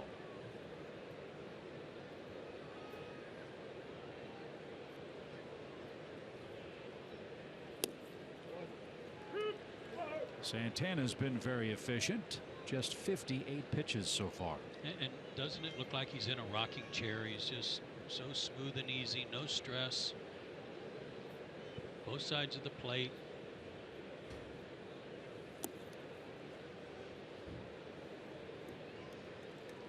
Well, with the Twins at 37 and 61, I would imagine that this might be an audition for Ervin Santana too. The way he's been pitching, I would think so. I would think there'd be a lot of scouts that he's grabbed their attention because he's a hot pitcher.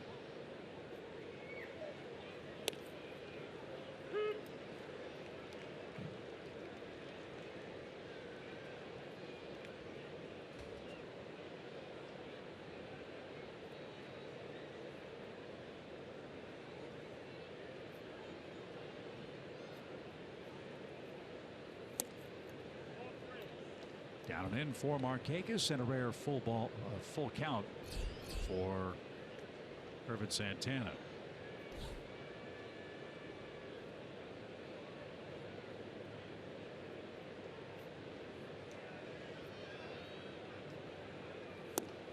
Strike 3. Markakis was ready to throw the bat away and head to first. He didn't like that call a bit, and he's rung up for the first out of the inning.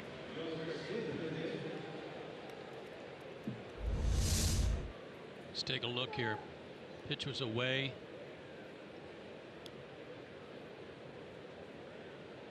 Didn't show up there on Fox tracks and looked like it was very much a borderline pitch.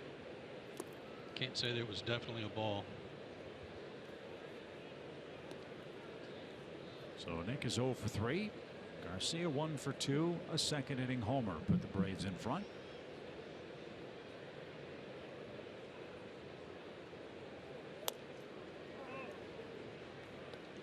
That's outside. Garcia, the hottest Braves hitter. 12 hits in his last 31 at bats. 9 extra base hits. 8 RBIs in his last 8 games. And he hits on a mile high into left center field. Buxton is there, and he puts the squeeze on it for the second out.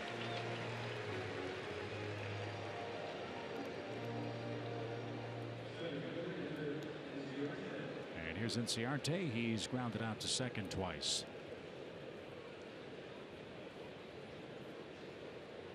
One more point about the weather and how this place might play. I would imagine this is a ballpark where the offense is dependent upon the season. You can imagine how cold and windy it might be here in April, maybe even into early May. But tonight it's hot, it's muggy. And then as September comes along and things start to cool down, might play a little bigger for the pitchers.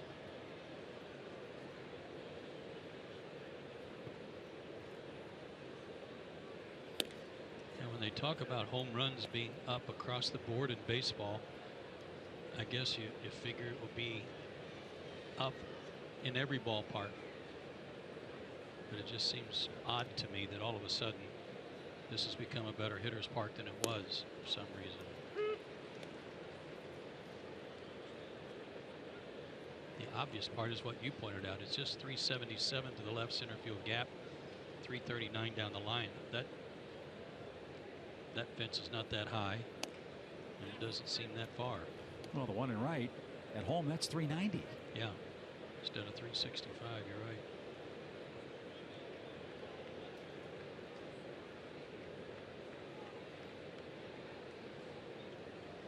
Three-one count. And a bouncing ball is through. Ender Inciarte has a 2-out single the other way. And the inning continues. continues for Jeff Francoeur. 7 straight for Ender.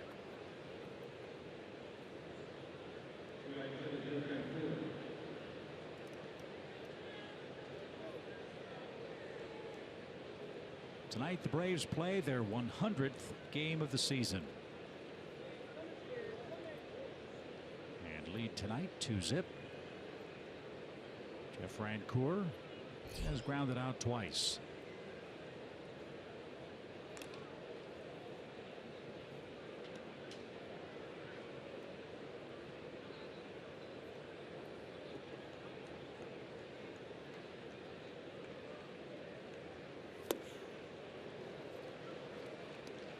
Jeff's in a dry spell right now at the plate. He's got 5 hits in his last 35 at bats. Well, that's why I was glad to see him hit the ball sharply up the middle his first time up. He got robbed, but he told us about the stretch that he got into where he was trying to pull too much, and I see that signs of that same swing kind of filtering its way in. He was doing a great job of hitting the ball to right center, and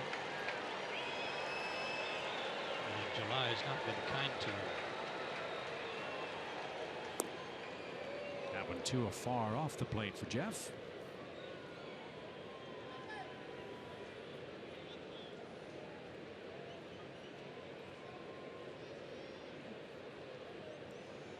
And the 1-2 won't be made.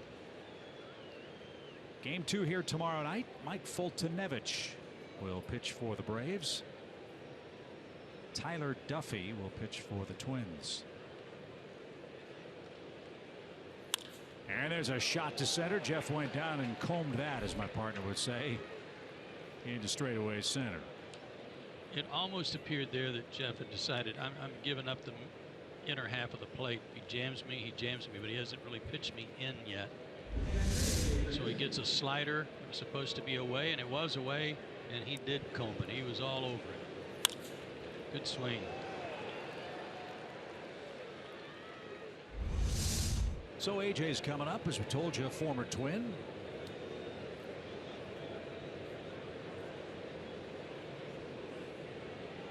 Chance to do some serious damage right here. He's already doubled and scored tonight. AJ broke in 2000 with the Twins. Got to the playoffs with them in 2002 and had a gigantic series against Oakland that year. Ground ball to second. Wrong guy. Dozier's got it. In 2002, AJ went 7 for 16 in the Twins series against the Athletics. Wow. 7th inning stretch. Braves stranded pair. Bottom of the order coming up from Minnesota. They trail by 2.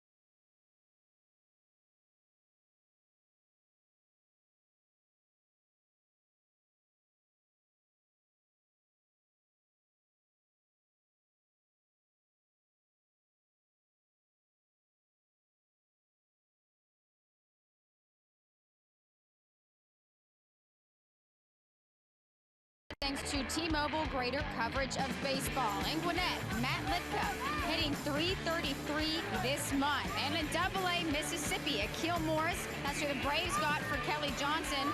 He is looking solid. 22 punch-outs in 17 and a third innings with a .312 ERA. And then down in Rome, we've been saying this name all year, Austin Riley, hitting .333 with 3 bombs in the last 10 games. So a lot to be excited about down in our minor league system.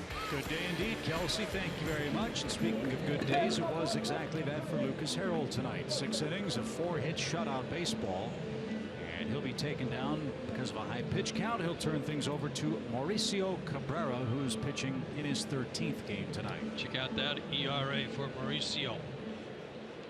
He's been getting more and more responsibility late in the ball game. Still doesn't have a ton of strikeouts, 7 in 12 innings for a guy that's throwing 103 miles an hour, but they will come, trust me.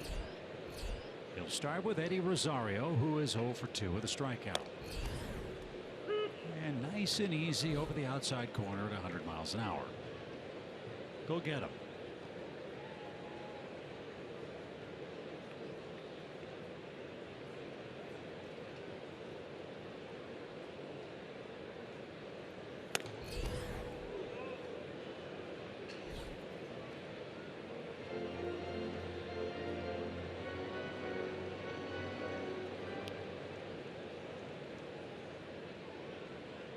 One ball, one strike. And pulled into the seats to the right side. It's 1-2. Marlins finished off the Phillies tonight 5-0. Tom Kohler beat Jared Eichhoff in Miami this evening. Cardinals beat the Mets 3-2. And the first of 2 in New York.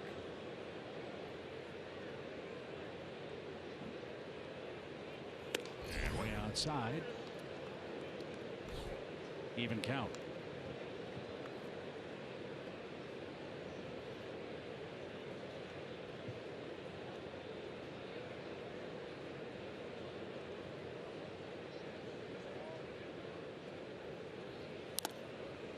AJ couldn't hang on. Rosario is still alive. When Cabrera first arrived on the scene, he was mostly fastball, curveball. He's been mixing in this changeup that, believe it or not, is 91 or 92. And that was what the last pitch was.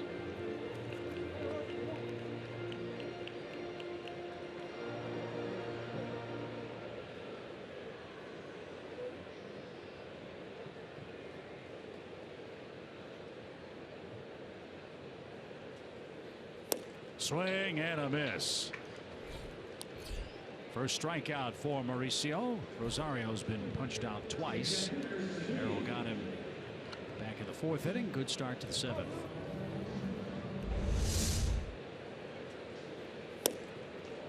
Again, took a little off. Looking at him like, that isn't fair. You throw 100 miles an hour. Let's see it.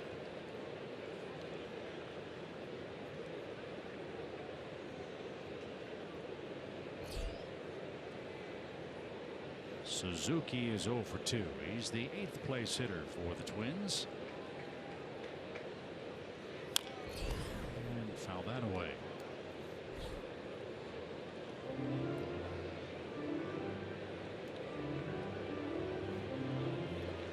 So if the Braves can finish off a victory in Minneapolis, a few bumps in the road for the Braves relief corps in July.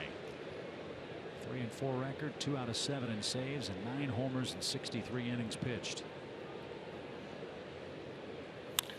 Line past Garcia at 101 miles an hour. And Suzuki continues his sizzling month. He'll stand at second with a 1-out double. Well, you don't see many guys turn on a 101 mile an hour pitch like that. And he's got 15 two-base hits and the tying run to the plate. Looked like a fastball down chip that makes it, I won't say easier, but a little bit easier, where you can just drop the barrel on it. What a good swing he put on it. Got that foot down and had everything else quiet. So Buxton, another chance for the Twins. He's walked and singled.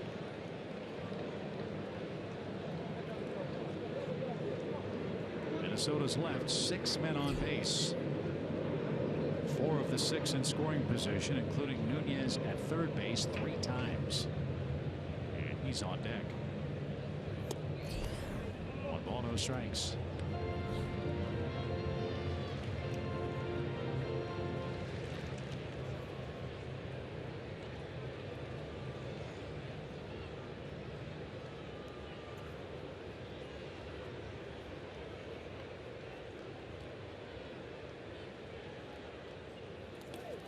What a stop.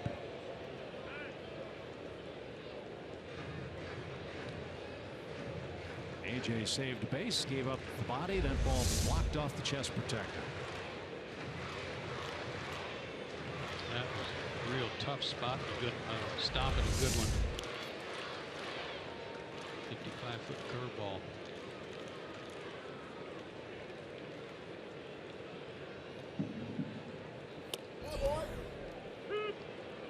Balls hit a strike.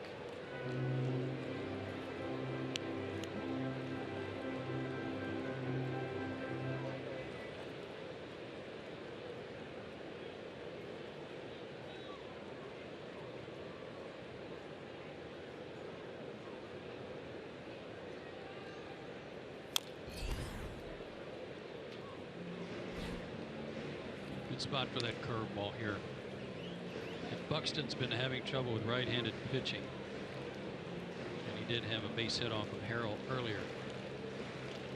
I would guess that the breaking stuff is what's giving him the most trouble. We'll see.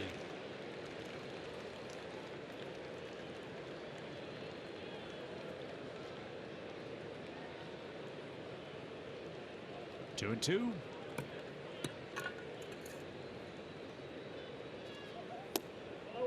There was the breaking ball, but he laid off. Pretty good take there.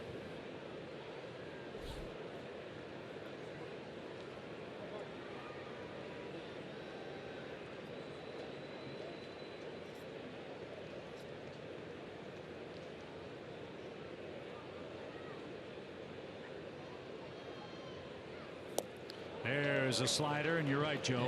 Backed it up. Good call by AJ. Come right back with it. So Buxton with 13 strikeouts in his last 24 plate appearances against a right-hander is the second out. And the Twins have had no luck at all with runners in scoring position tonight.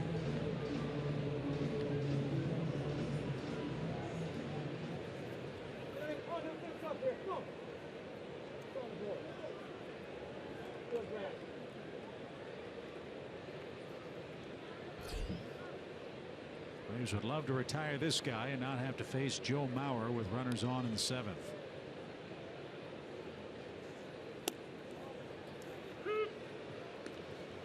Here's something to back up what you're talking about for tonight's game, not being able to get a hit with runner in scoring position. Only the Yankees are worse in the National League.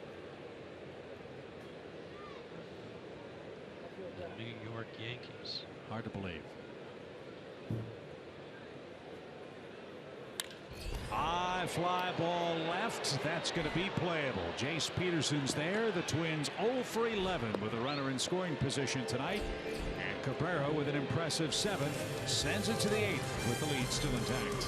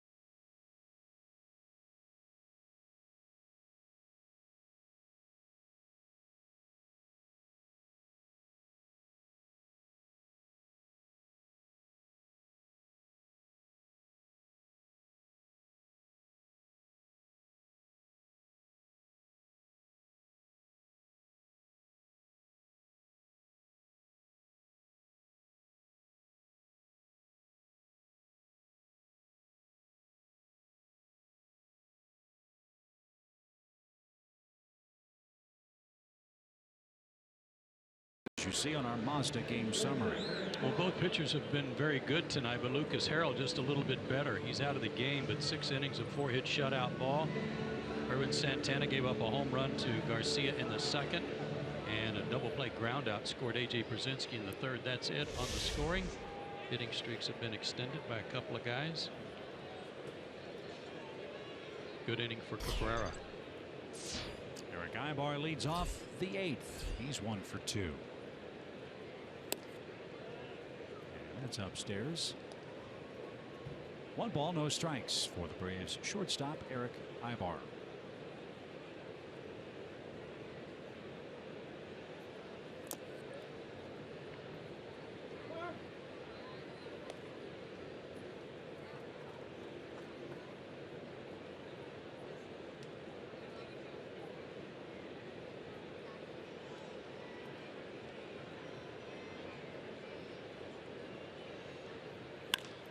Fly ball left, and Rosario's going to have plenty of room.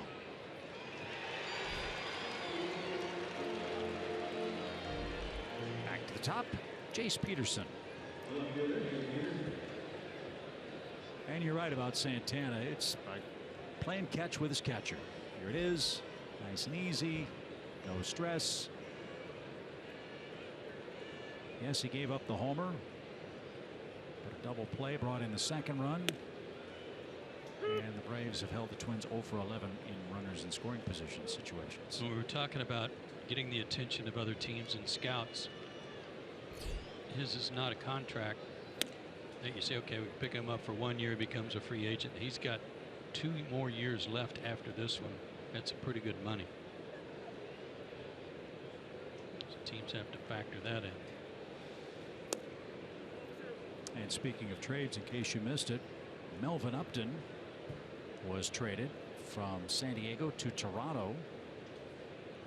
Got in the game as a pinch hitter already tonight. This one's popped towards second, and Dozier flags it down for the second out. Talk about convenience.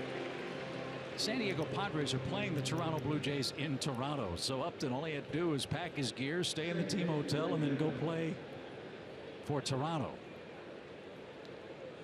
And that'll be some nice insurance for the Blue Jays. And let's give the man formerly known as BJ Upton a lot of credit. He's having a terrific year for San Diego. He's had a good bounce back year.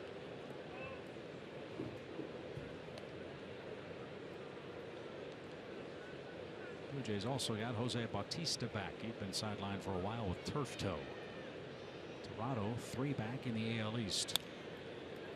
Skies that one off the screen and count to him 1-1. The Braves will leave town after the game tomorrow. Minnesota stays home for a 1-game makeup date.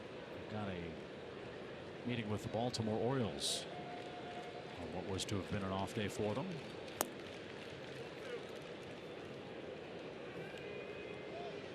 Well, speaking of the Orioles, the Red Sox have made a move. They got Pomerantz. Toronto just got Upton. It's kind of like they're saying to Baltimore, what are you going to do now? Popped up. Mauer, long run. And he and Kepler won't have a play. That is the fascinating thing about the deadline, isn't it? Not just when players go from team A to team B, but how the general managers play the chess game too. I mean, Brian Cashman just traded Aroldis Chapman to the Cubs, right? And they say they may add to their team, believe it or not. The Yankees are 7.5 back. They're over 500, so they may be in the hunt for a wild card spot. And still in a very deep bullpen.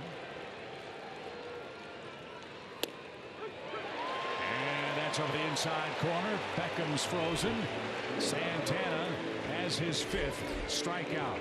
Mauer, Sano, and Dozier coming up late in Minneapolis with Braves lead 2-0.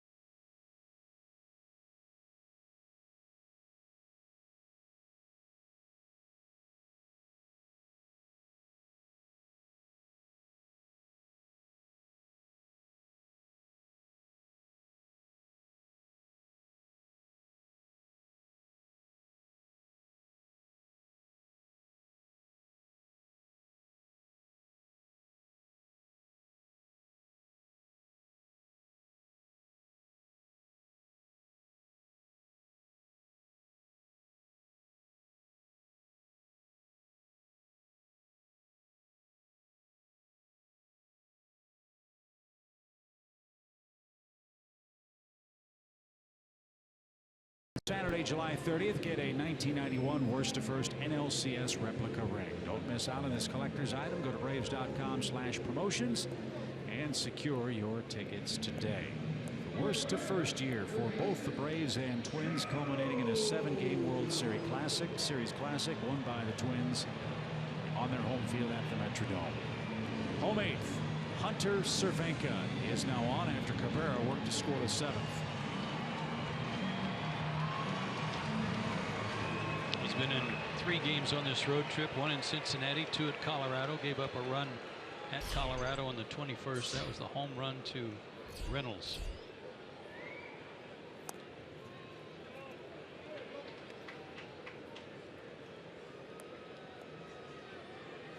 Joe Mauer tonight 0 for 3.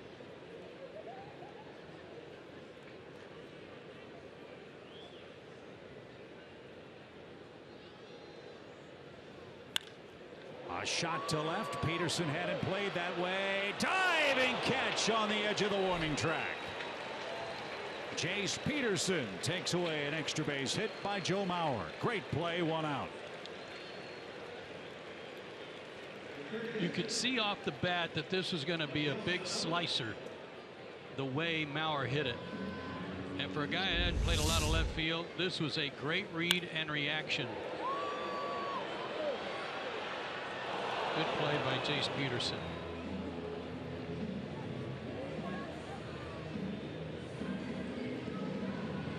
Excellent grab by Jace. Mauer retired by Cervenka. The Braves go deeper into the bullpen, protecting a 2-run lead.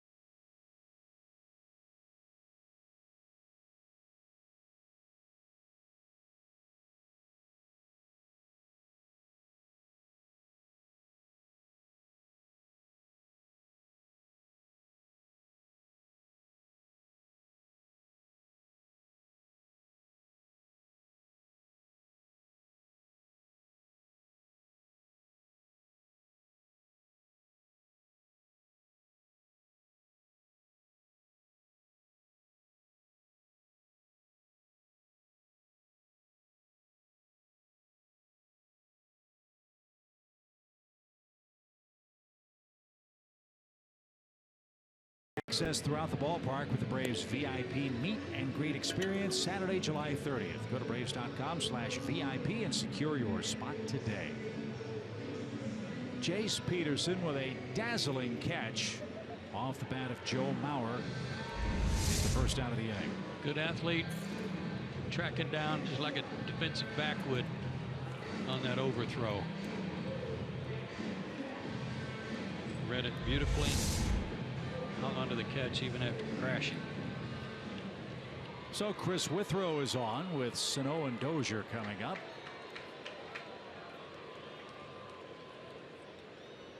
Sano has struck out twice, flied out once, and whacks that one back to the screen for a strike.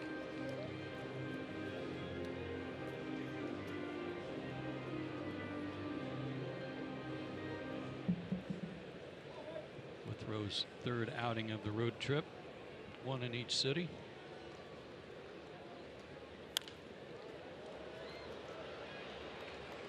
Oh, and 2.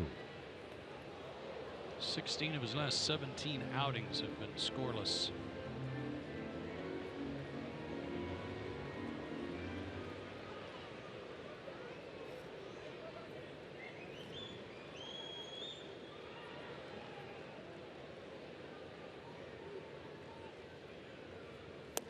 Strike 3 called. Sano has the hat trick tonight.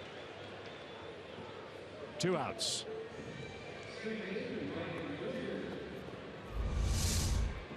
Boy, was this set up beautifully. Good slider. That's the 3rd time he's struck out, and the 3rd time he's taken a called 3rd strike.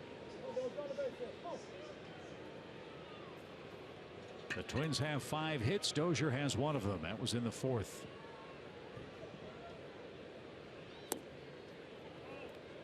Nice crowd tonight in Minnesota. 26,690.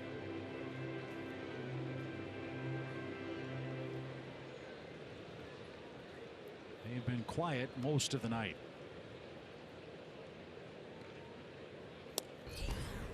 That was free and easy at 95.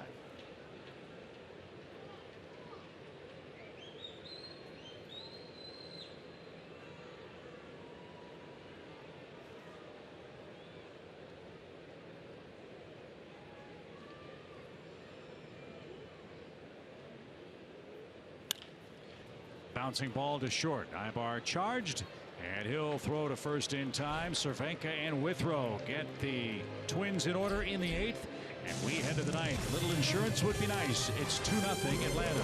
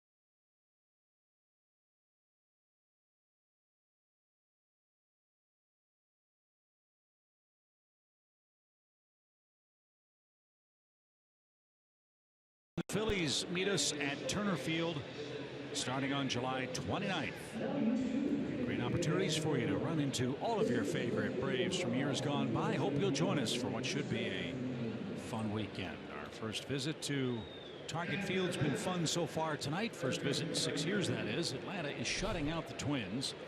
And former Brave Ervin Santana, who's going to work again in the 9th inning after throwing just 88 pitches. This is very typical of his season, coming in with a 3-8 record but a 3.93 ERA. We told you that he had a sub-2 ERA over his last several starts in the month of July. 2-hit shutout a couple of starts ago against Oakland. That was a complete game. He's pitched a fine ball game. Yeah, it's not often that a solo home run and a run scoring on a double play could beat you. That's the fate of Santana for the moment, as this one squibbed up the middle, and a tricky bounce couldn't be handled by Nunez at short, and Freddie Freeman's aboard with an error to start the 9th inning. That's 11 on Nunez. And between he and Sano, that's 21 errors on the left side of the infield for the Twins. Yeah, and Sano's only been over there 10 games. Today's, or excuse me, 22 games.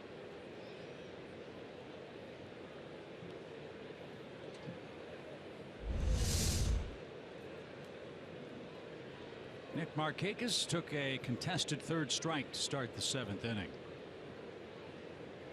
Boy, another run sure would make you feel better. It's 2-0 after 8. That did get the Twins bullpen up quickly.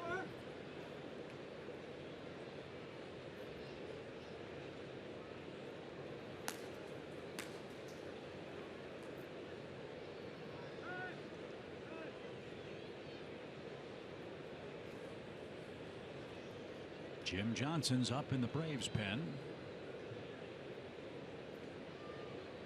Whoever comes on will have the 5, 6, and 7 hitters in the Twins' ninth.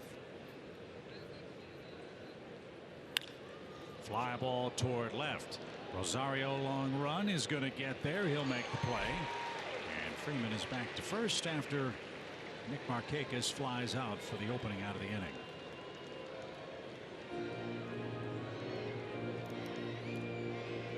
Fourth lowest in all of baseball.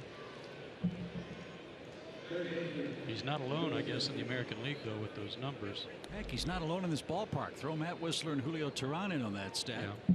They might have an intervention before we leave town. Yeah. So 1 on 1 out.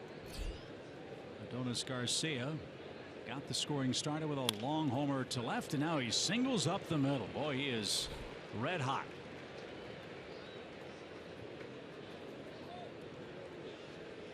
Wonder if that'll be his last hitter with Ender coming up.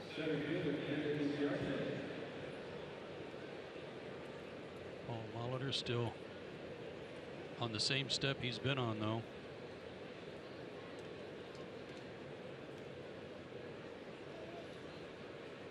Ender singled his last time up. He's 1 for 3 in the game.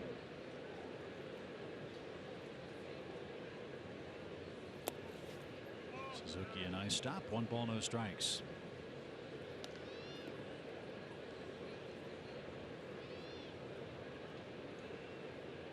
Paul Molitor, a native of the Twin Cities, went to Cretin High School, same one that Joe Mauer went to.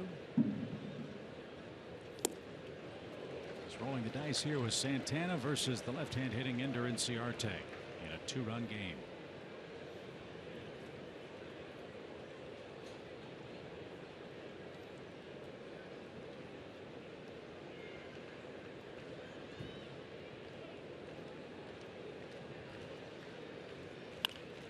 Little number hit toward Dozier. He'll flip to second for 1, and Molitor's trust in Santana is rewarded with an inning-ending double play. Last call for Minnesota. They'll have Kepler, Vargas, and Rosario coming up, down 2-0.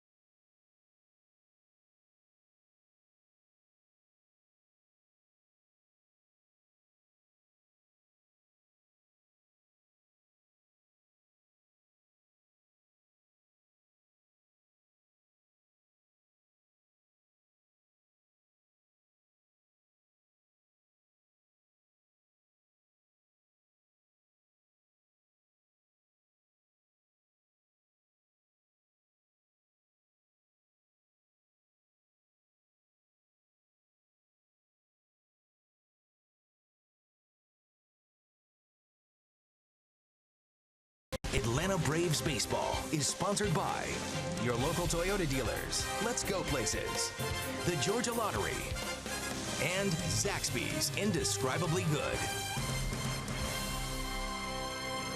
Well, we know downtown St. Louis is right by the Mississippi River. So is Minneapolis, the headwaters of the Mississippi. And a beautiful night in the Twin Cities has the Braves up 2-0. Heading to the bottom of the 9th inning. MLB.TV Premium, the #1 live streaming sports service, delivers everything you've come to expect and more. Watch every out-of-market game in HD on over 400 devices. That includes a free subscription to @Bat Premium, the #1 app for live baseball. Blackout and other restrictions apply. Go to MLB.TV for your details. This one in the hands of Jim Johnson. He'll try to close it out. Atlanta up by 2. Kepler leads off. He's due a good outing too. He's given up runs in 3 of his last 4 outings, dating back to a loss to the Rockies at home on the 16th of July. Ground ball to first. Freeman's got it. He'll take it to the bag himself. And there's an excellent start of the 9th for Johnson. A ground ball out. Kepler 0 for 4. 1 away.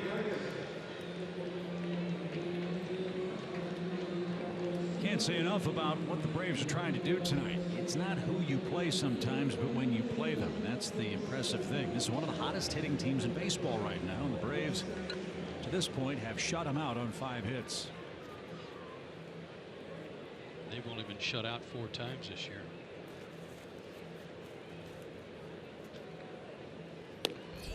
A strike to Vargas, who's reached twice.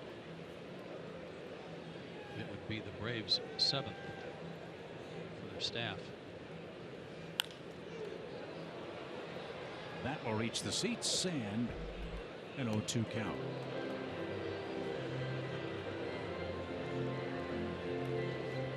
Fultonevich and Duffy here tomorrow night. First pitch 7:10. And that'll wrap up the road trip.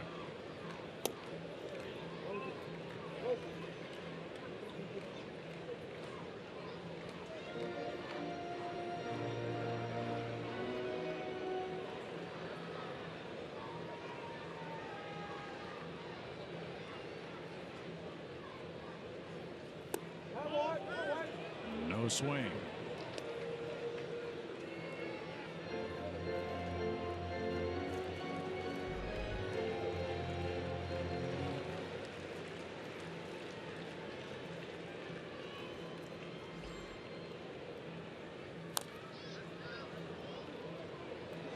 We started tonight talking about the hope that Lucas Harrell would pitch tonight like he did his first 2 times in a Braves uniform. He did. He threw a lot of pitches, 105 of them over 6 innings, but allowed 4 hits and no runs. Cabrera, Cervenka, Withrow, and now Jim Johnson have followed him in relief. And a fly ball center, pretty well hit, but it's playable for Ender. He's got it, and the Braves are an out away. 2 down. Not a bad breaking ball. Hit it to the deepest part of the park. 1 more to get. Snapped his 5-game losing streak.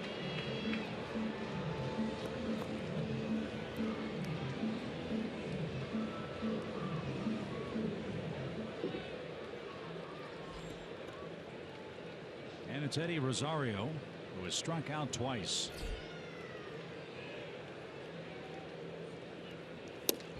And nearly got hit.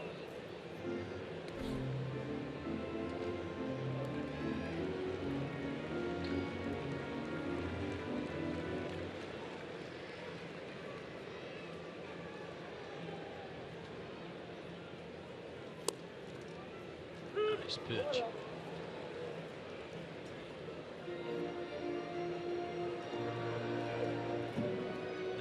In on his shoe tops and then change up the other way.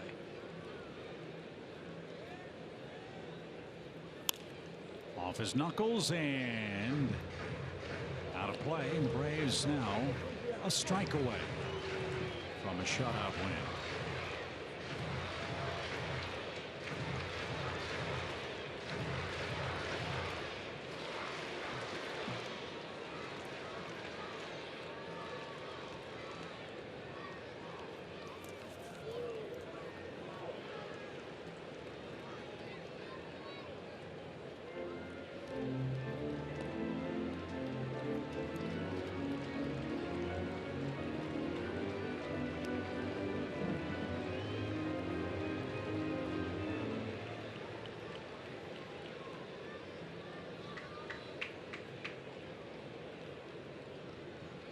Johnson ready. Here comes the 2-2. Swing and a miss, and the Braves have shut out Minnesota tonight by a final score of 2-0. A.J. Pierzynski fired up about that.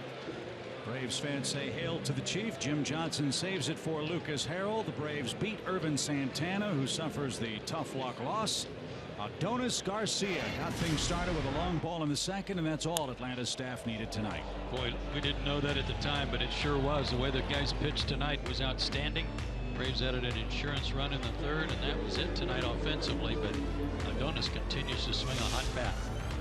Minnesota went 0 for 11 with runners in scoring position. The Braves pitched them tough in the early innings. Lucas Harrell wins it. Santana loses it. Johnson saves it. We'll recap a 2-0 Atlanta win after this.